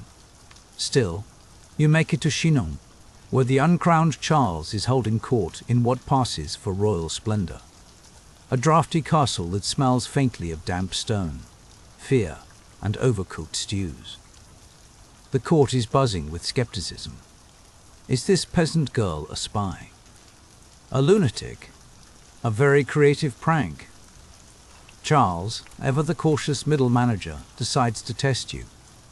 He ditches the crown, blends into the crowd, and waits to see what you'll do. You walk in, scan the room, and, without missing a beat, walk straight up to the disguised Dauphin. You caught him out like you've just spotted your boss at the company holiday party, trying to sneak the last canapé. Eyebrows shoot up. Whispers ripple across the room. You lean in and share details about his private prayers, things only close confidants would know. Suddenly, it's not so easy to dismiss you. But before you're allowed to lead any major projects, you're subjected to a full theological background check. The company's most seasoned theologians and canon lawyers take you to Poitiers, for what amounts to a months-long onboarding process, complete with interviews, uncomfortable questions about your visions, and, because this is the 15th century, a deeply invasive purity check. They grill you on doctrine, quiz you on your morals, and poke at your logic like a panel of skeptical investors. Through it all, you hold your ground with a calm confidence that makes the professionals look like nervous interns. They find nothing heretical or suspect in your answers, and they're forced to admit rather grudgingly that you're the real deal, or at least not obviously dangerous to the company's bottom line. With the paperwork cleared, it's time for your onboarding package. You don't just want a sword, you want a banner, something with a little brand recognition. You ask for a white standard, embroidered with Christ and the words, Jesus Maria, the kind of swag item that really stands out at a battlefield trade show. You also request armor, specially made for your frame, and a sword that, according to your voices, is stashed behind the altar at the chapel of St. Catherine de Fierbois. You retrieve it, of course, because every good startup founder knows the importance of following the signs. So there you are, 17 years old, decked out in gleaming white armor, hoisting a holy banner, and backed by a small but increasingly enthusiastic team of soldiers. Your mission: break the siege of Orleans. You're young, you're untrained, and you're about to walk into one of the most high-stakes onboarding sessions in all of weird history. Orleans is clinging to survival by its fingernails. The English have surrounded the city, supplies are running out, and morale is so low that even the bread tastes like defeat. When you ride in on April 29, 1429, the people greet you like you're a miracle delivered straight from HR, if HR arrived on a white horse in the middle of a war zone. Your armor gleams, your banner waves, and suddenly, hope is back on the menu. At first, the French commanders look at you like you've just suggested replacing their entire IT system with a pile of rocks. But you speak with such certainty, such relentless optimism, that even the most battle-hardened captains start to wonder if maybe, just maybe, you know something they don't. You tell them to stop dithering, to attack the English head-on, and you promise, on the authority of your voices, that victory is within reach. Over the next week, you become the most unlikely field officer in the history of French warfare. You ride into battle, not lurking safely at the back, but charging straight to the front lines, banner in hand. You yell encouragement, you pull wounded soldiers from the fray, and at one dramatic point, you take an arrow to the shoulder. Most people would call it a day at that point, but not you. You have the wound dressed, dust yourself off, and get right back out there, rallying your troops with a combination of spiritual pep talks and sheer force of will. By May 8, the English have had enough. They pull up stakes and retreat, leaving Orleans free for the first time in months. The city erupts in celebration. You've just pulled off the medieval equivalent of turning around a sinking company with nothing but grit, charisma, and a truly outstanding sense of mission. The news spreads like wildfire. Suddenly, you're not just Joan from Domremy, you're Joan the Deliverer, the one who reversed France's fortunes when nobody else could. But you're not here for just one big win. Your next objective is even more ambitious: getting Charles crowned king at Reims, the traditional site for French coronations.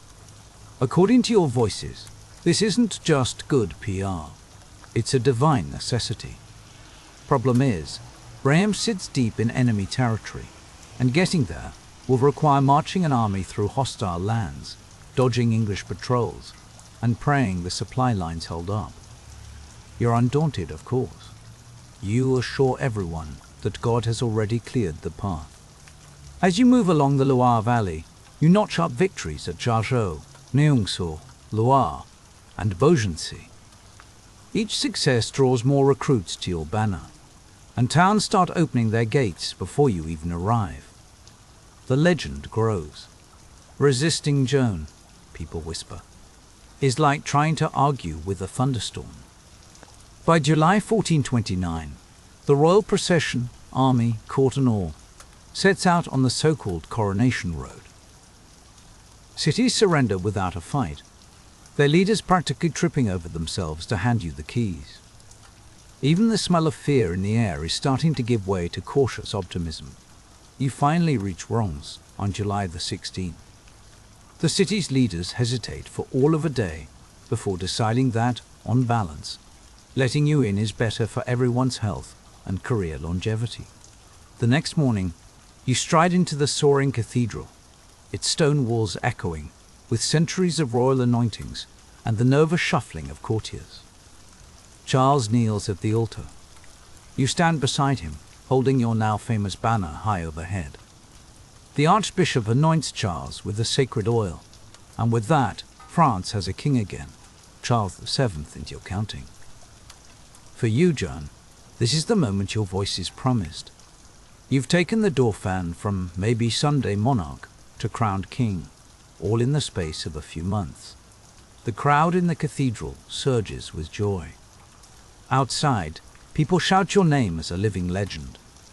You, the peasant girl from a village no one could find on a map, have become the living embodiment of hope. You're not just a military leader, you're a walking symbol, a messenger from God, the face of a new national story. But, as every good HR manager will tell you, success changes the office dynamic. Now that Charles is crowned, some in his inner circle start to worry that your influence is growing a little too strong. The same men who cheered your victories now whisper in dark corners, plotting ways to rein you in. The politics start to get messy. Suddenly, you find yourself navigating not just battlefields, but boardrooms full of people who think the war should return to business as usual. Meaning, of course, without a teenage girl running the show. Still, you're not ready to clock out. The voices haven't given you permission to retire just yet. Your sights are set on Paris, the big prize, still firmly in enemy hands. Whether or not the court is behind you, you're determined to finish the job. The story of Joan's rise, from obscure peasant to kingmaker, is now the talk of Europe. But around the next corner, the road grows darker, and that's exactly where we'll pick up. After the triumphant coronation at Reims, Joan of Arc sets her sights on an even bigger goal, the liberation of Paris, still locked down by the English and their allies. Stay tuned, because the next chapter is where triumph meets betrayal, and legends are truly tested.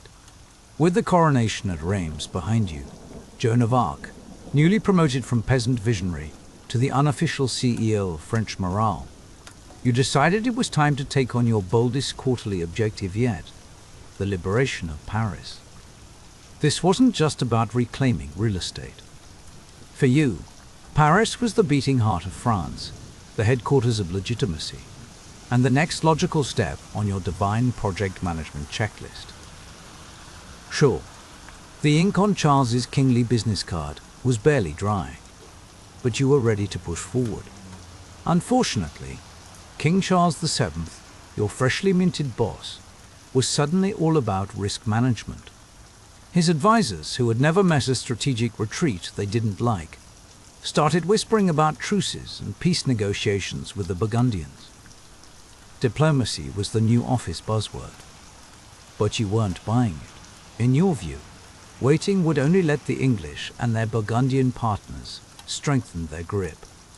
God, you insisted, had already handed victory to France. You just had to seize it. Eventually, after enough pep talks and possibly a few world-class sighs, Charles reluctantly agreed to your Paris campaign. But let's just say his commitment level was somewhere between motivational poster and out-of-office reply. He sent you off with limited troops and the campaign that was delayed so many times, it could have been managed by medieval HR. By the time you arrived outside Paris in early September 1429, the city was a fortress, high walls, battle-hardened English and Burgundian soldiers, and a population that had seen enough sieges to last several lifetimes. No pressure. On September 8, you led an assault on the Porte Saint-Honoré, one of the main gates. As always, you were right at the front, banner in hand, shouting prayers and encouragement, because leading from behind wasn't really your style. Arrows, stones, and who knows what else rained down from above. In the chaos, you caught a crossbow bolt in the thigh. Did you retreat? Of course not. You kept directing the attack, refusing to leave your post, though you did have to do most of your leading from a slightly less in the line of fire position. Even so, the attack faltered. Night was closing in, casualties were mounting, and the king's commanders, never ones to pass up a strategic withdrawal, ordered a retreat. You protested, but the decision was final. That failed assault marked a sharp change in office culture. Among the rank and file, you were still the hero who'd lifted Orléans and crowned a king. But at court, the mood was shifting. Your influence started to fade. Charles, now safely crowned, wasn't relying on you the way he once had. Political interests, fear of more conflict, and a healthy dose of skepticism about your methods and your PR strategy began to outweigh your earlier triumphs. But you refused to pack up your banner. You kept leading small campaigns, capturing towns like Saint-Pierre-le-Mortier and La Charité. Sometimes you even funded these operations yourself, using donations from supporters, because nothing says startup founder like burning through your own capital to keep the mission alive. But the winds were changing. Your vision of total victory didn't match the king's new preference for boardroom negotiations. You had injuries, less support, and a growing sense that your emails were going straight to spam. Still, you were convinced your mission wasn't finished. You'd promised to free France, and you weren't about to abandon your role just because the board had lost confidence. Meanwhile, in the background, betrayal was brewing like a pot of overcooked medieval stew. In spring 1430, your position was more precarious than a baker's last loaf at closing time. Charles, more interested in ceasefires than war cries, was giving you the bare minimum in backup. But you pressed on, turning your attention to the town of Compiègne, under siege by the Burgundians, those ever-reliable allies of the English. You arrived in May, determined to defend the city and inspire the people. The odds, however, were about as good as finding a clean public bath. On May 23, you led a sortie to disrupt the enemy lines. It was classic Joan, bold, risky, and heavy on the motivational speeches. As the battle raged outside the walls, French forces began pulling back. You stayed behind to cover the retreat, determined not to leave your soldiers exposed. But then the gates closed too soon. You and a handful of loyal companions were trapped outside, surrounded by Burgundian cavalry. You fought, but were eventually pulled from your horse and taken captive. Your capture was a gut punch, not just to you, but to the entire French war effort. The peasant girl who defied every expectation and put a crown on Charles's head was now a high-profile prisoner. The Burgundians, recognizing your value as both a political and military asset, held on to you for months, treating you less like a simple captive and more like a hotly contested murderer. Eventually, the English bought you for a substantial sum, a transaction that would look right at home on some medieval stock exchange. To them, you weren't just an enemy commander. You were a dangerous symbol, a walking, talking threat to their legitimacy and their version of history. Even in captivity, you refused to play by their rules. You tried to escape more than once. One desperate attempt involved jumping from a high tower. You survived, though not without injury. Your spirit was unbroken. You insisted on being treated as a prisoner of war, not a criminal or a heretic. But the English had already set their sights on something much bigger than simple imprisonment. They wanted to destroy your image, erase your story, and put a firm end to the Joan of Arc brand. The trial they arranged wasn't really about justice. It was about PR, English style. You were transferred from Burgundian to English custody and brought to Rouen, the administrative heart of English-occupied Normandy. There, starting in January 1431, you faced a formal ecclesiastical trial. You weren't tried as a prisoner of war, but as a heretic, which meant they could skip the whole chivalry and honor thing and go straight for maximum character assassination. The trial was the brainchild of English strategists, but carried out by a panel of pro-English French clergy, with Bishop Pierre Cauchon, no friend of yours, leading the proceedings. The mission statement was crystal clear: break Joan, erase her legend, and, ideally, undermine Charles's legitimacy as king. You were kept in a secular prison, guarded by men, a violation of church law and a not-so-subtle intimidation tactic. Legal counsel? Denied. Interrogations? Constant, exhausting, and designed to trip you up. Sometimes they lasted hours, with no rest, support, or even the medieval equivalent of a coffee break. You were 19, facing off against some of the sharpest legal minds of your time, and you held your ground with astonishing composure. They grilled you about everything: your visions, your faith, your armor, and, of course, your habit of wearing men's clothing, which was considered both heretical and a major HR violation. Despite the relentless pressure, you didn't break. You insisted your voices came from God, that you'd only ever acted under divine command, and that you'd remained, in your words, a faithful child of the church.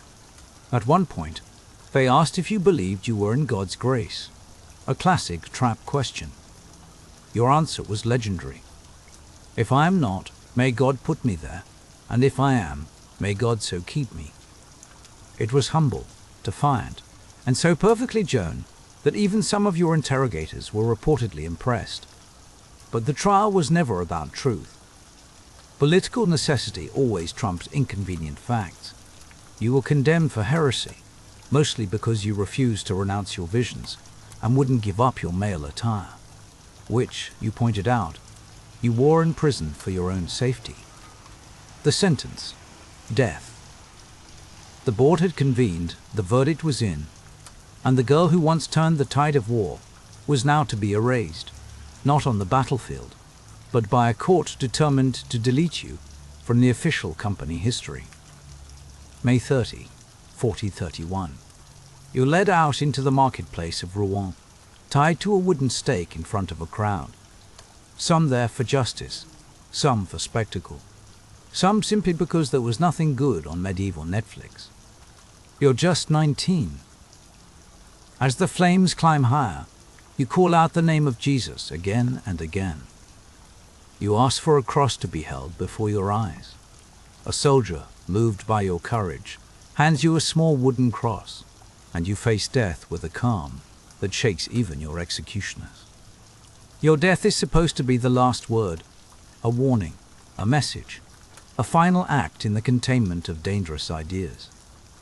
But here's the thing about martyrdom: it has a nasty habit of backfiring on would-be erasers of history. Even English and Burgundian witnesses are unsettled. Some weep openly. One English cleric, unable to contain his regret, supposedly blurts out, "We are lost. We have burned a saint." The PR campaign to destroy Joan of Arc is over before it even begins. What follows is the long arc of vindication. In the decades after your death, your legend only grows. People remember your faith, your courage, your dignity at trial. Stories of your resolve become rallying cries for future generations. In 1456, after a formal investigation ordered by Pope Calixtus III, your trial is declared invalid. Your name is cleared. The church that once condemned you now admits it got the paperwork spectacularly wrong. Centuries roll on, and your image becomes more than a symbol. France, whenever it faces disaster or division, looks to you as a beacon of courage, patriotism, and the stubborn refusal to accept fate as written. Artists, writers, and politicians all want a piece of the Joan of Arc brand. Your face appears in stained glass, in statues, in paintings, sometimes looking nothing like you, but always radiating defiance. You are remembered as both warrior and mystic, peasant and saint. In 1920, nearly 5 centuries after your execution, the Catholic Church finally canonizes you. The same institution that once called you a heretic now celebrates you as one of its most revered saints. May 30 becomes your feast day, the anniversary of your martyrdom, but also your transformation from condemned criminal to eternal inspiration. Today, Joan of Arc stands as one of the most iconic figures in all of weird history. Your life defied every expectation: peasant, prophet, soldier, prisoner, saint. Through faith and a commitment to your mission statement, you changed the course of a kingdom. Through the fire, you entered legend. And through the memory of those who tell your story, you live on. Not as a dusty relic or a tragic footnote, but as proof that sometimes the most marginalized voices echo the loudest through time. Now, as we leave behind the smoky aftermath of martyrdom and the relentless churn of medieval politics, let's trade the battlefield for a different kind of daily grind. The next chapter takes us into the world of the medieval baker, where the day doesn't begin with a coronation or a crusade, but with the darkness before dawn and the comforting scent of rising bread. Welcome to your first official shift as the medieval town's newest baker. Please ignore the lack of a formal HR desk and try not to trip over the goats in the alley. Your onboarding starts now. And yes, it's going to be a long night, because here in the world of medieval baking, the day starts before daylight, before the roosters even consider hitting snooze on their feathered alarms.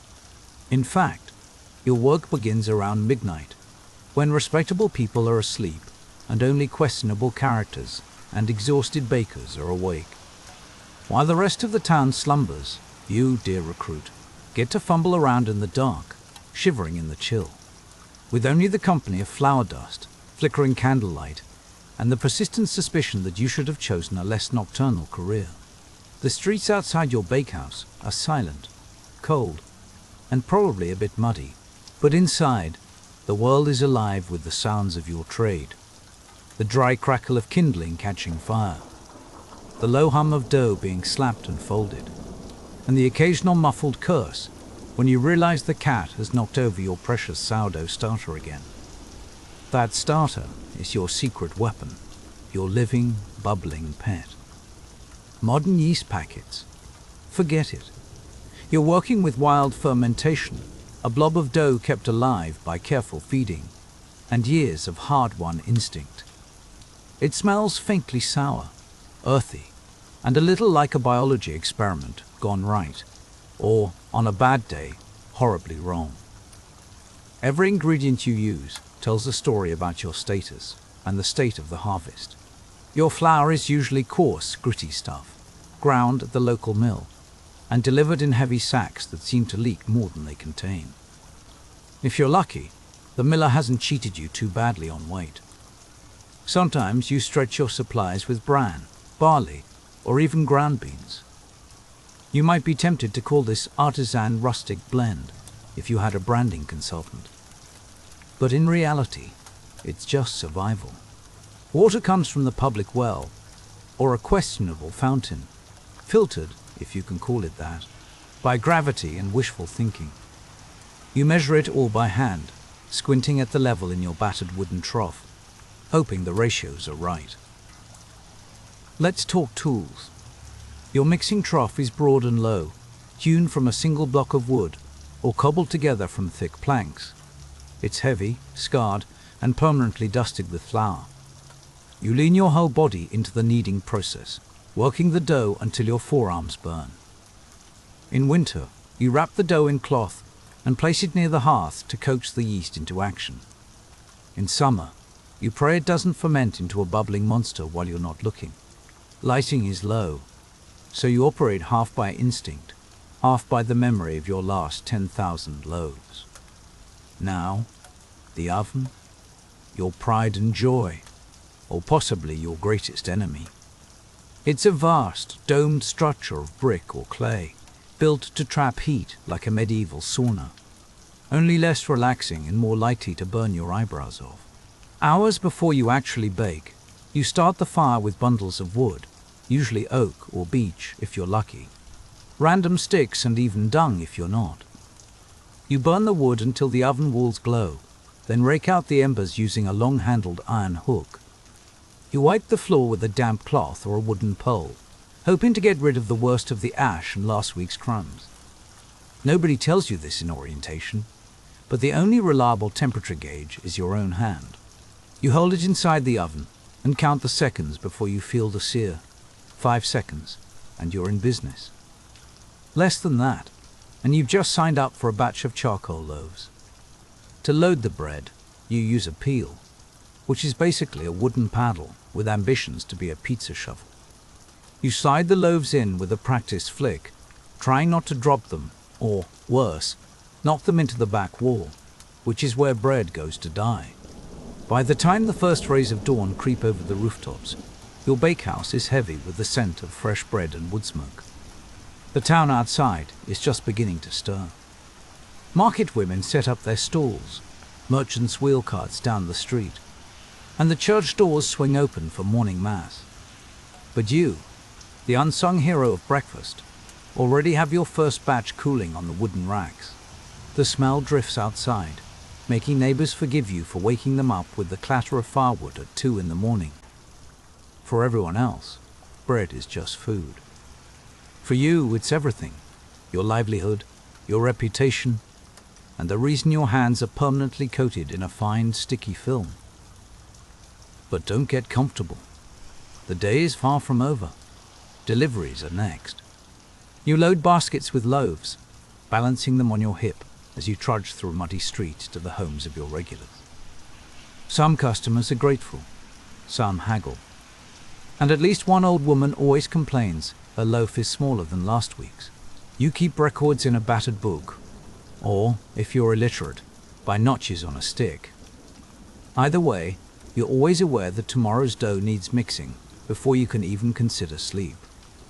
Now, let's get technical for a minute. Your bakehouse is more than a glorified oven with a roof.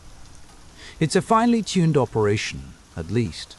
That's the story you tell yourself. Every tool has a job, and efficiency means the difference between making a profit and facing the wrath of angry townsfolk. Your wooden troughs are the workhorses, shaped for maximum kneading with minimum back pain. Some larger bakeries run several troughs at once, a medieval version of multitasking, minus the email chains. Measuring is an art form. No digital scales here, just wooden scoops, hand-carved measures, and the occasional guesswork. The town guilds take bread quality very seriously, and yes, they will show up unannounced to check your weights. If you're caught cheating the scales, it won't just be your pride that gets bruised. You might face a hefty fine or a stint in the stocks, where awkward eye contact with your customers is free. Flour is stored in rough sacks or barrels, stacked in the corner and guarded like treasure. Water is hauled in heavy buckets from the nearest well. And if you're lucky enough to work in a prosperous town, you might have a sieve to remove larger husks from the flour, producing a lighter, finer loaf for your fancy clients. But for most people, especially those who can't afford the soft, pale stuff, bread is dense, dark, and filling, a loaf designed to keep hunger at bay, not win any beauty contests. Your most valuable tool, though, isn't made of wood or iron. It's your own hands, calloused, strong, and capable of judging dough by touch alone. You know exactly when a batch is ready, when the oven's at the right heat, and when a loaf is about to form its perfect crust. Years of repetition have given you this sixth sense, and it's the only thing standing between you and a parade through town, with burnt bread dangling from your neck. A genuine medieval performance review. Cleaning up is as much a part of your day as kneading and baking. Every tool must be scrubbed, every surface swept, or tomorrow's work will be twice as hard. You finish at midday, maybe later, and for a brief moment, the bakehouse is still. But don't get too attached to that feeling. The cycle never stops. By sunset, you're already thinking about how to keep your starter alive, how much flour you'll need for tomorrow, and whether the guild inspectors are planning another surprise visit. Let's zoom out for a moment and talk about what you're actually baking.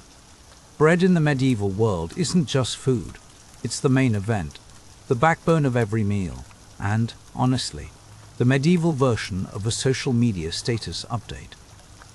The kind of bread you eat says everything about who you are. Nobles and wealthy merchants demand manchet, a fine white bread made from the softest, most carefully sifted wheat flour. It's expensive, labor-intensive, and about as accessible to the average baker as a golden goose. For everyone else, your standard townsfolk, shop owners, and skilled tradesmen, the daily bread is called revel or wheaten bread. It's a little rougher around the edges, darker, and much more nutritious. It's a compromise between flavor, price, and chewiness. And you'll bake far more of these loaves than you ever will of the fancy stuff. In some places, the law steps in to make sure you sell these at a fixed price and weight, just to keep things fair. Then there's the bread for the poor, maslin or black bread. This is the bread of peasants, laborers, and anyone scraping by. It's made from a grab bag of grains, rye, barley, oats, and sometimes whatever else you can sweep off the mill floor. In hard times, you bulk it out with beans or chestnut flour. It's filling, yes, but also a daily reminder of exactly where you stand on the medieval food chain. If you're baking for a monastery, the bread on offer depends on the order. Some monks eat humble loaves in line with their vows, while others enjoy soft white bread that would make any townswoman envious. Bread is more than nutrition. It's currency, status, and a tool for social engineering. In wealthy households, thick slices of stale bread serve as edible plates, called trenchers. After a feast, these are handed out to servants or the poor, charity, medieval style. Monasteries and noble kitchens dispense bread at the gates to the needy, and a clever baker knows to keep a few loaves set aside for just such occasions. You don't just bake for profit, you bake for the town's well-being, its order, and sometimes its very survival. The baker's social role is central, but it comes with strings attached. Your work is more regulated than a modern tax office. Bread is so vital that local authorities and guilds keep a very close eye on you. The Bakers' Guild is your union, your regulator, and sometimes your biggest headache. They set the rules for weight, price, ingredients, and quality. Guild membership isn't optional. It comes with the right to sell in the market, but also with regular inspections and the risk of swift theatrical justice if you fail to meet standards. Apprenticeship is mandatory.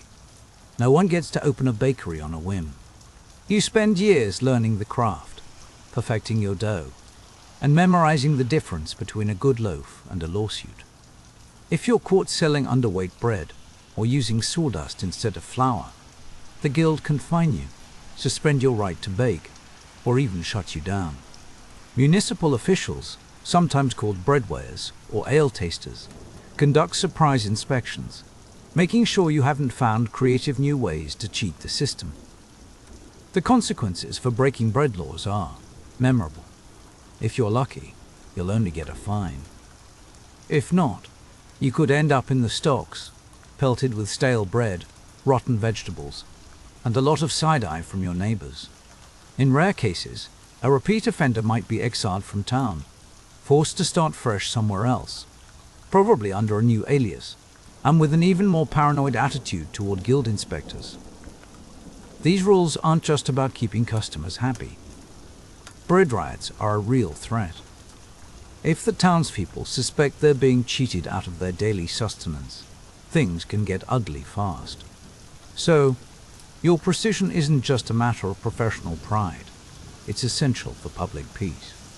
Every loaf you bake is a small act of community service, a pledge that, for one more day, the town will be fed. So, congratulations, you've officially survived a day in the life of a medieval baker. You've juggled fire, flour, and the fragile egos of both customers and guildmasters. You've baked loaves that tell the story of an entire town, from the richest manor to the poorest hovel. And you've done it all while sleep-deprived and dusted head to toe in flour. But before you dust off your apron and collapse into bed, remember, there's more to the bakehouse than just bread and bureaucracy. There are real dangers lurking behind the warmth of the oven. And the story of medieval baking wouldn't be complete without recognizing the essential, often overlooked role of women in the bread-making trade. Running a medieval bakehouse wasn't just demanding. It could be downright perilous. Let's step into the heart of the bakehouse and meet the women whose hands kept the world turning, one loaf at a time. Welcome to your first shift as a medieval bakery associate, where fire safety training means hoping you don't accidentally set half the neighborhood ablaze before lunch. You might have pictured the medieval bakehouse as a cozy, bread-scented haven. But let's be clear, this place is a caloric inferno with a side of existential risk.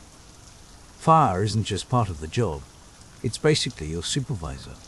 The oven, a massive dome of clay or brick, wedged against an outside wall, dominates the room like an ancient, smoldering boss.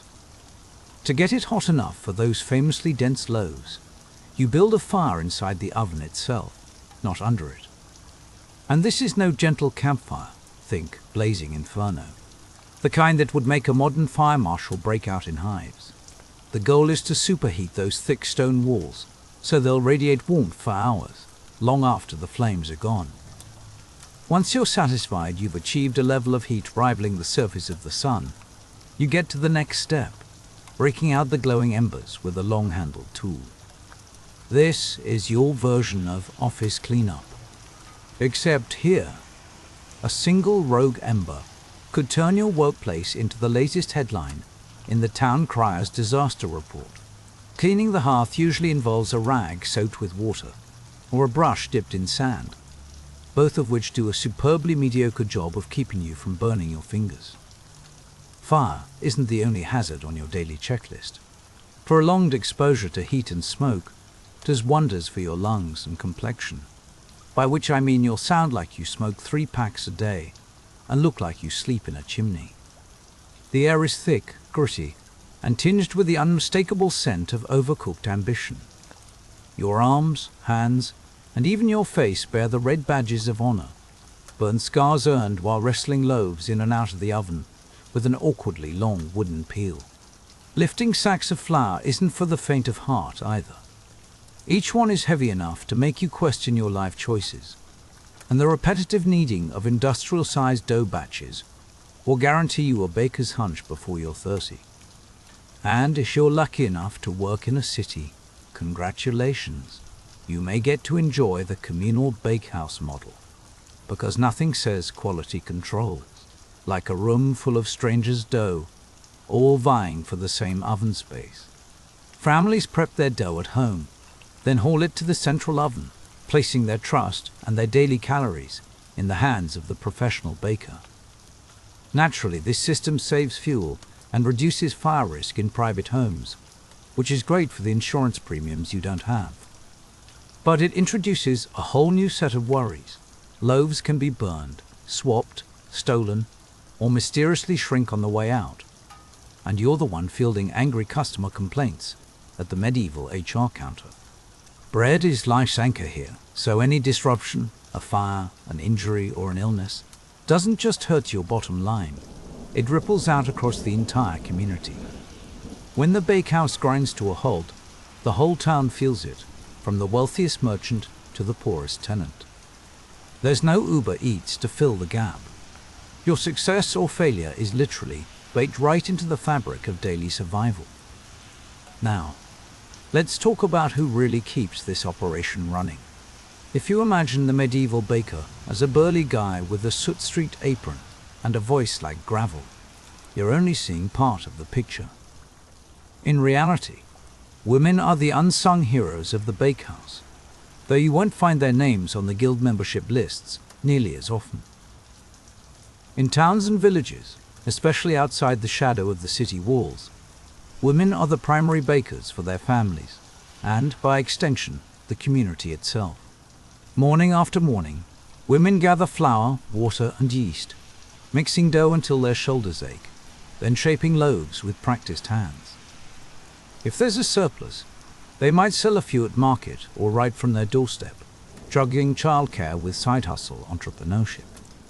For many, this modest bread trade is the only way to earn money of their own. No small feat in a world that prefers its women seen, not paid. In cities, the rules get a bit more complicated.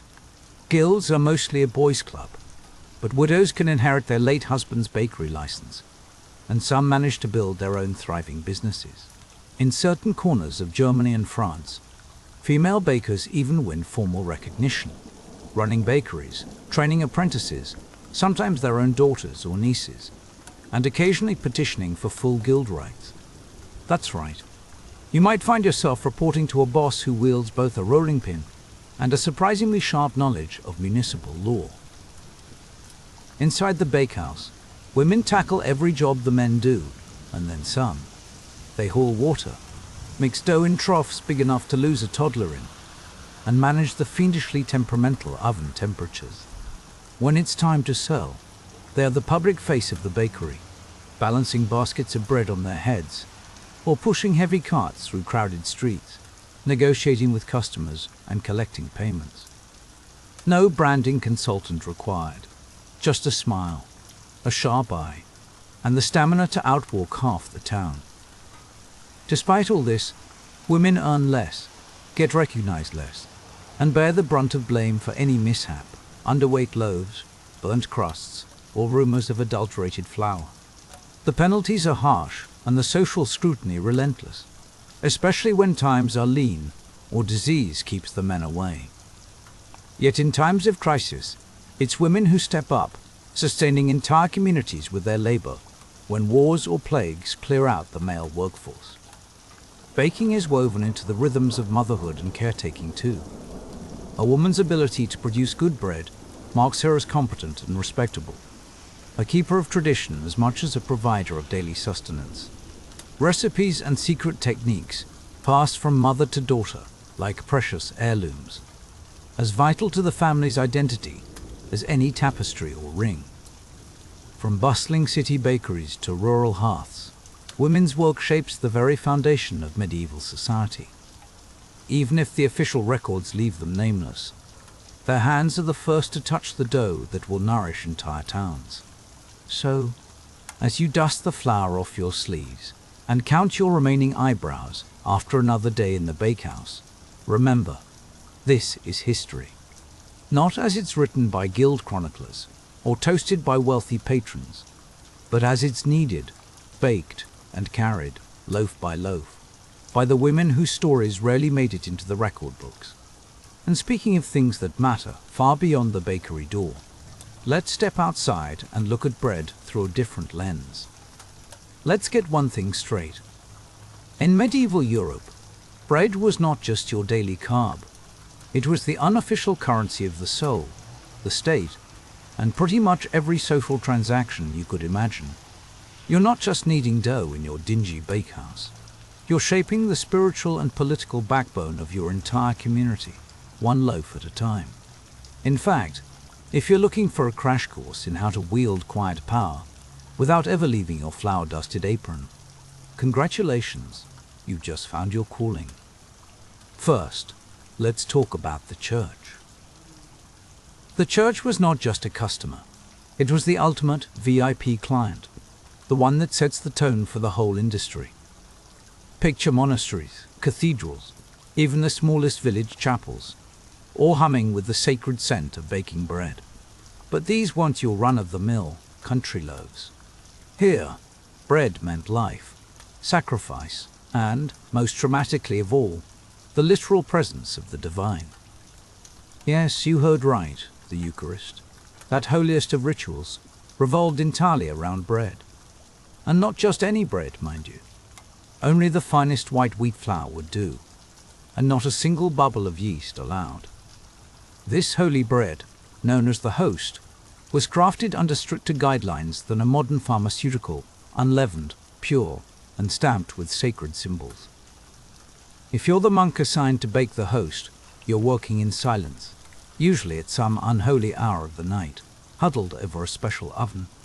Every move is deliberate, every wafer handled with a reverence that would make even the most seasoned HR manager weep with pride.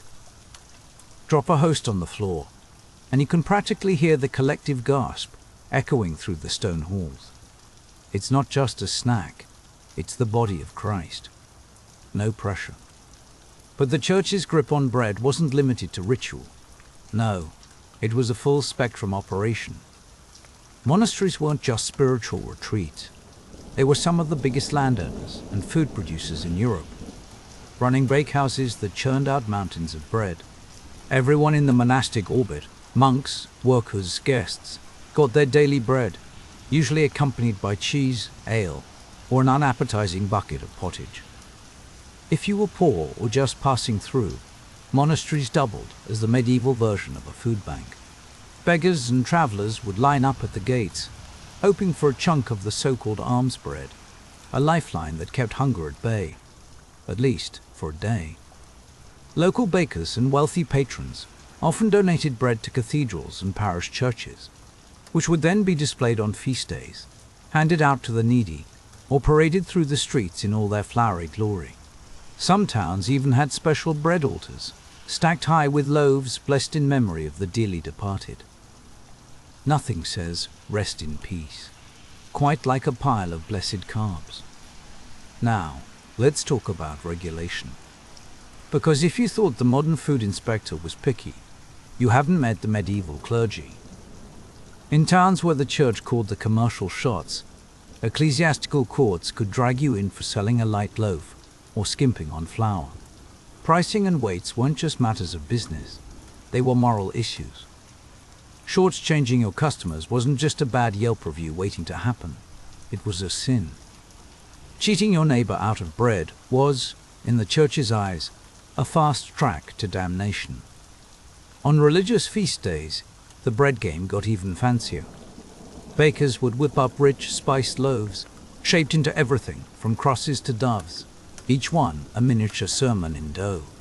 These special breads marked the passing of the liturgical year and were shared out in the community, strengthening both faith and fellowship. In the medieval imagination, bread was never just food, it was spiritual sustenance too. From your perspective as a baker, scoring a contract to supply bread to the church wasn't just about making ends meet. It was about joining the sacred economy of life, where your dough became a vessel for the divine. The oven wasn't just for baking, it was a holy altar, where routine and ritual met. If that doesn't make you feel important, you might want to check your pulse or your flour supply. But don't start thinking your influence stops at the church doors. Bread was also tangled up in politics, power, and the ever-present threat of civil unrest. For kings, mayors, and local guild bosses, controlling the bread supply was as crucial as maintaining the city walls. Bread made up most people's diets, sometimes more than 70%. When the bread ran out, or prices shot up, you could practically hear the rumble of discontent rolling through the marketplace. The authorities responded with a level of micromanagement that would make any modern bureaucrat proud. Official price controls were set by royal decree, like the assize of bread and ale in England, which tied the price of a loaf directly to the current cost of grain. If the harvest failed, or war spiked grain prices, bakers had to shrink their loaves to keep prices steady. Picture trying to explain to your customers why their daily bread is suddenly bite-sized, while you're still charging the full price. If you tried to get clever, selling loaves under the legal weight, or shorting customers on flour, you risked more than a slap on the wrist. Punishments were dramatic, public, and designed to make an example out of you. Some bakers were forced to stand in the stocks, clutching their underweight loaves for all to see. Others faced hefty fines or were outright banned from baking. You were required to keep detailed records of your grain purchases, flour rations, and the exact number of loaves you baked.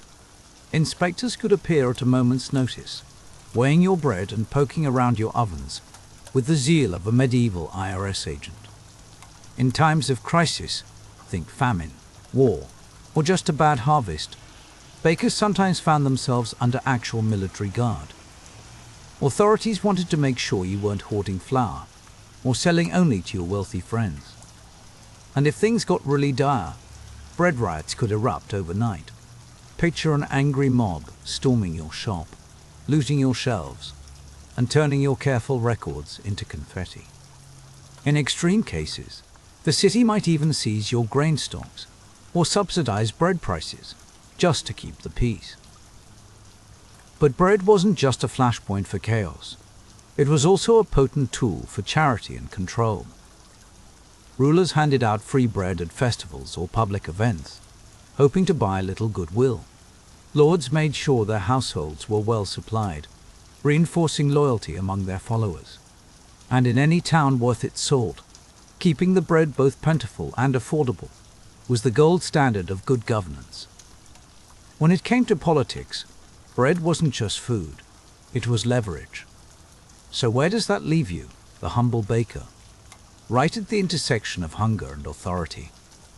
You might never be named in the chronicles or immortalized in song, but your work underpins the entire social order. Long before sunrise, while the rest of the town is still snoring, you're already at your oven, feeding the people. It's not glamorous, and it definitely smells more like anxiety and yeast than heroism. But your quiet influence seeps into every household. The impact of your work stretches far beyond your bakehouse door. Bread was present at every stage of life, at baptisms, weddings, funerals, and, of course, on every church altar. Every loaf you bake is a physical link in a chain of tradition and survival that runs back for centuries. Your skills aren't learned in a classroom. They're handed down through families and apprenticeships. You know when dough is ready by touch alone, when the oven is hot enough by the way the air shimmers. You learn how to stretch a sack of flour in lean times without sacrificing too much quality. A delicate balancing act worthy of its own HR seminar. Traditions were fiercely local. In one region, rye and oats might rule the day. In another, barley or imported wheat. The flavor of bread changed from town to town, giving each place its own edible signature. As cities grew and trade networks expanded, the humble baker's role began to shift. By the late Middle Ages, you'd see commercial bakeries popping up and baking, evolving from a home-based craft to a full-blown industry. Windmills and watermills made flour production easier, and better roads meant grain could travel farther and faster. Still, no matter how much changed, the essential rhythm of baking stayed the same. Rise, knead, shape, bake, feed. It's a cycle as old as civilization itself, and you, the medieval baker, are its steadfast custodian. Even today, you can see echoes of your work in unexpected places. The word companion, for example, comes from the Latin meaning with bread, a reminder that sharing bread meant sharing life itself. The guilds that once policed bakers have evolved into our modern food safety standards. The communal ovens of medieval villages. They paved the way for today's neighborhood bakeries, where people still gather for their daily loaf and a bit of gossip. In the end, your legacy as a medieval baker isn't just in the loaves you made. It's in the life you sustained, the community you nourished, and the silent, flour-dusted rituals that bound people together.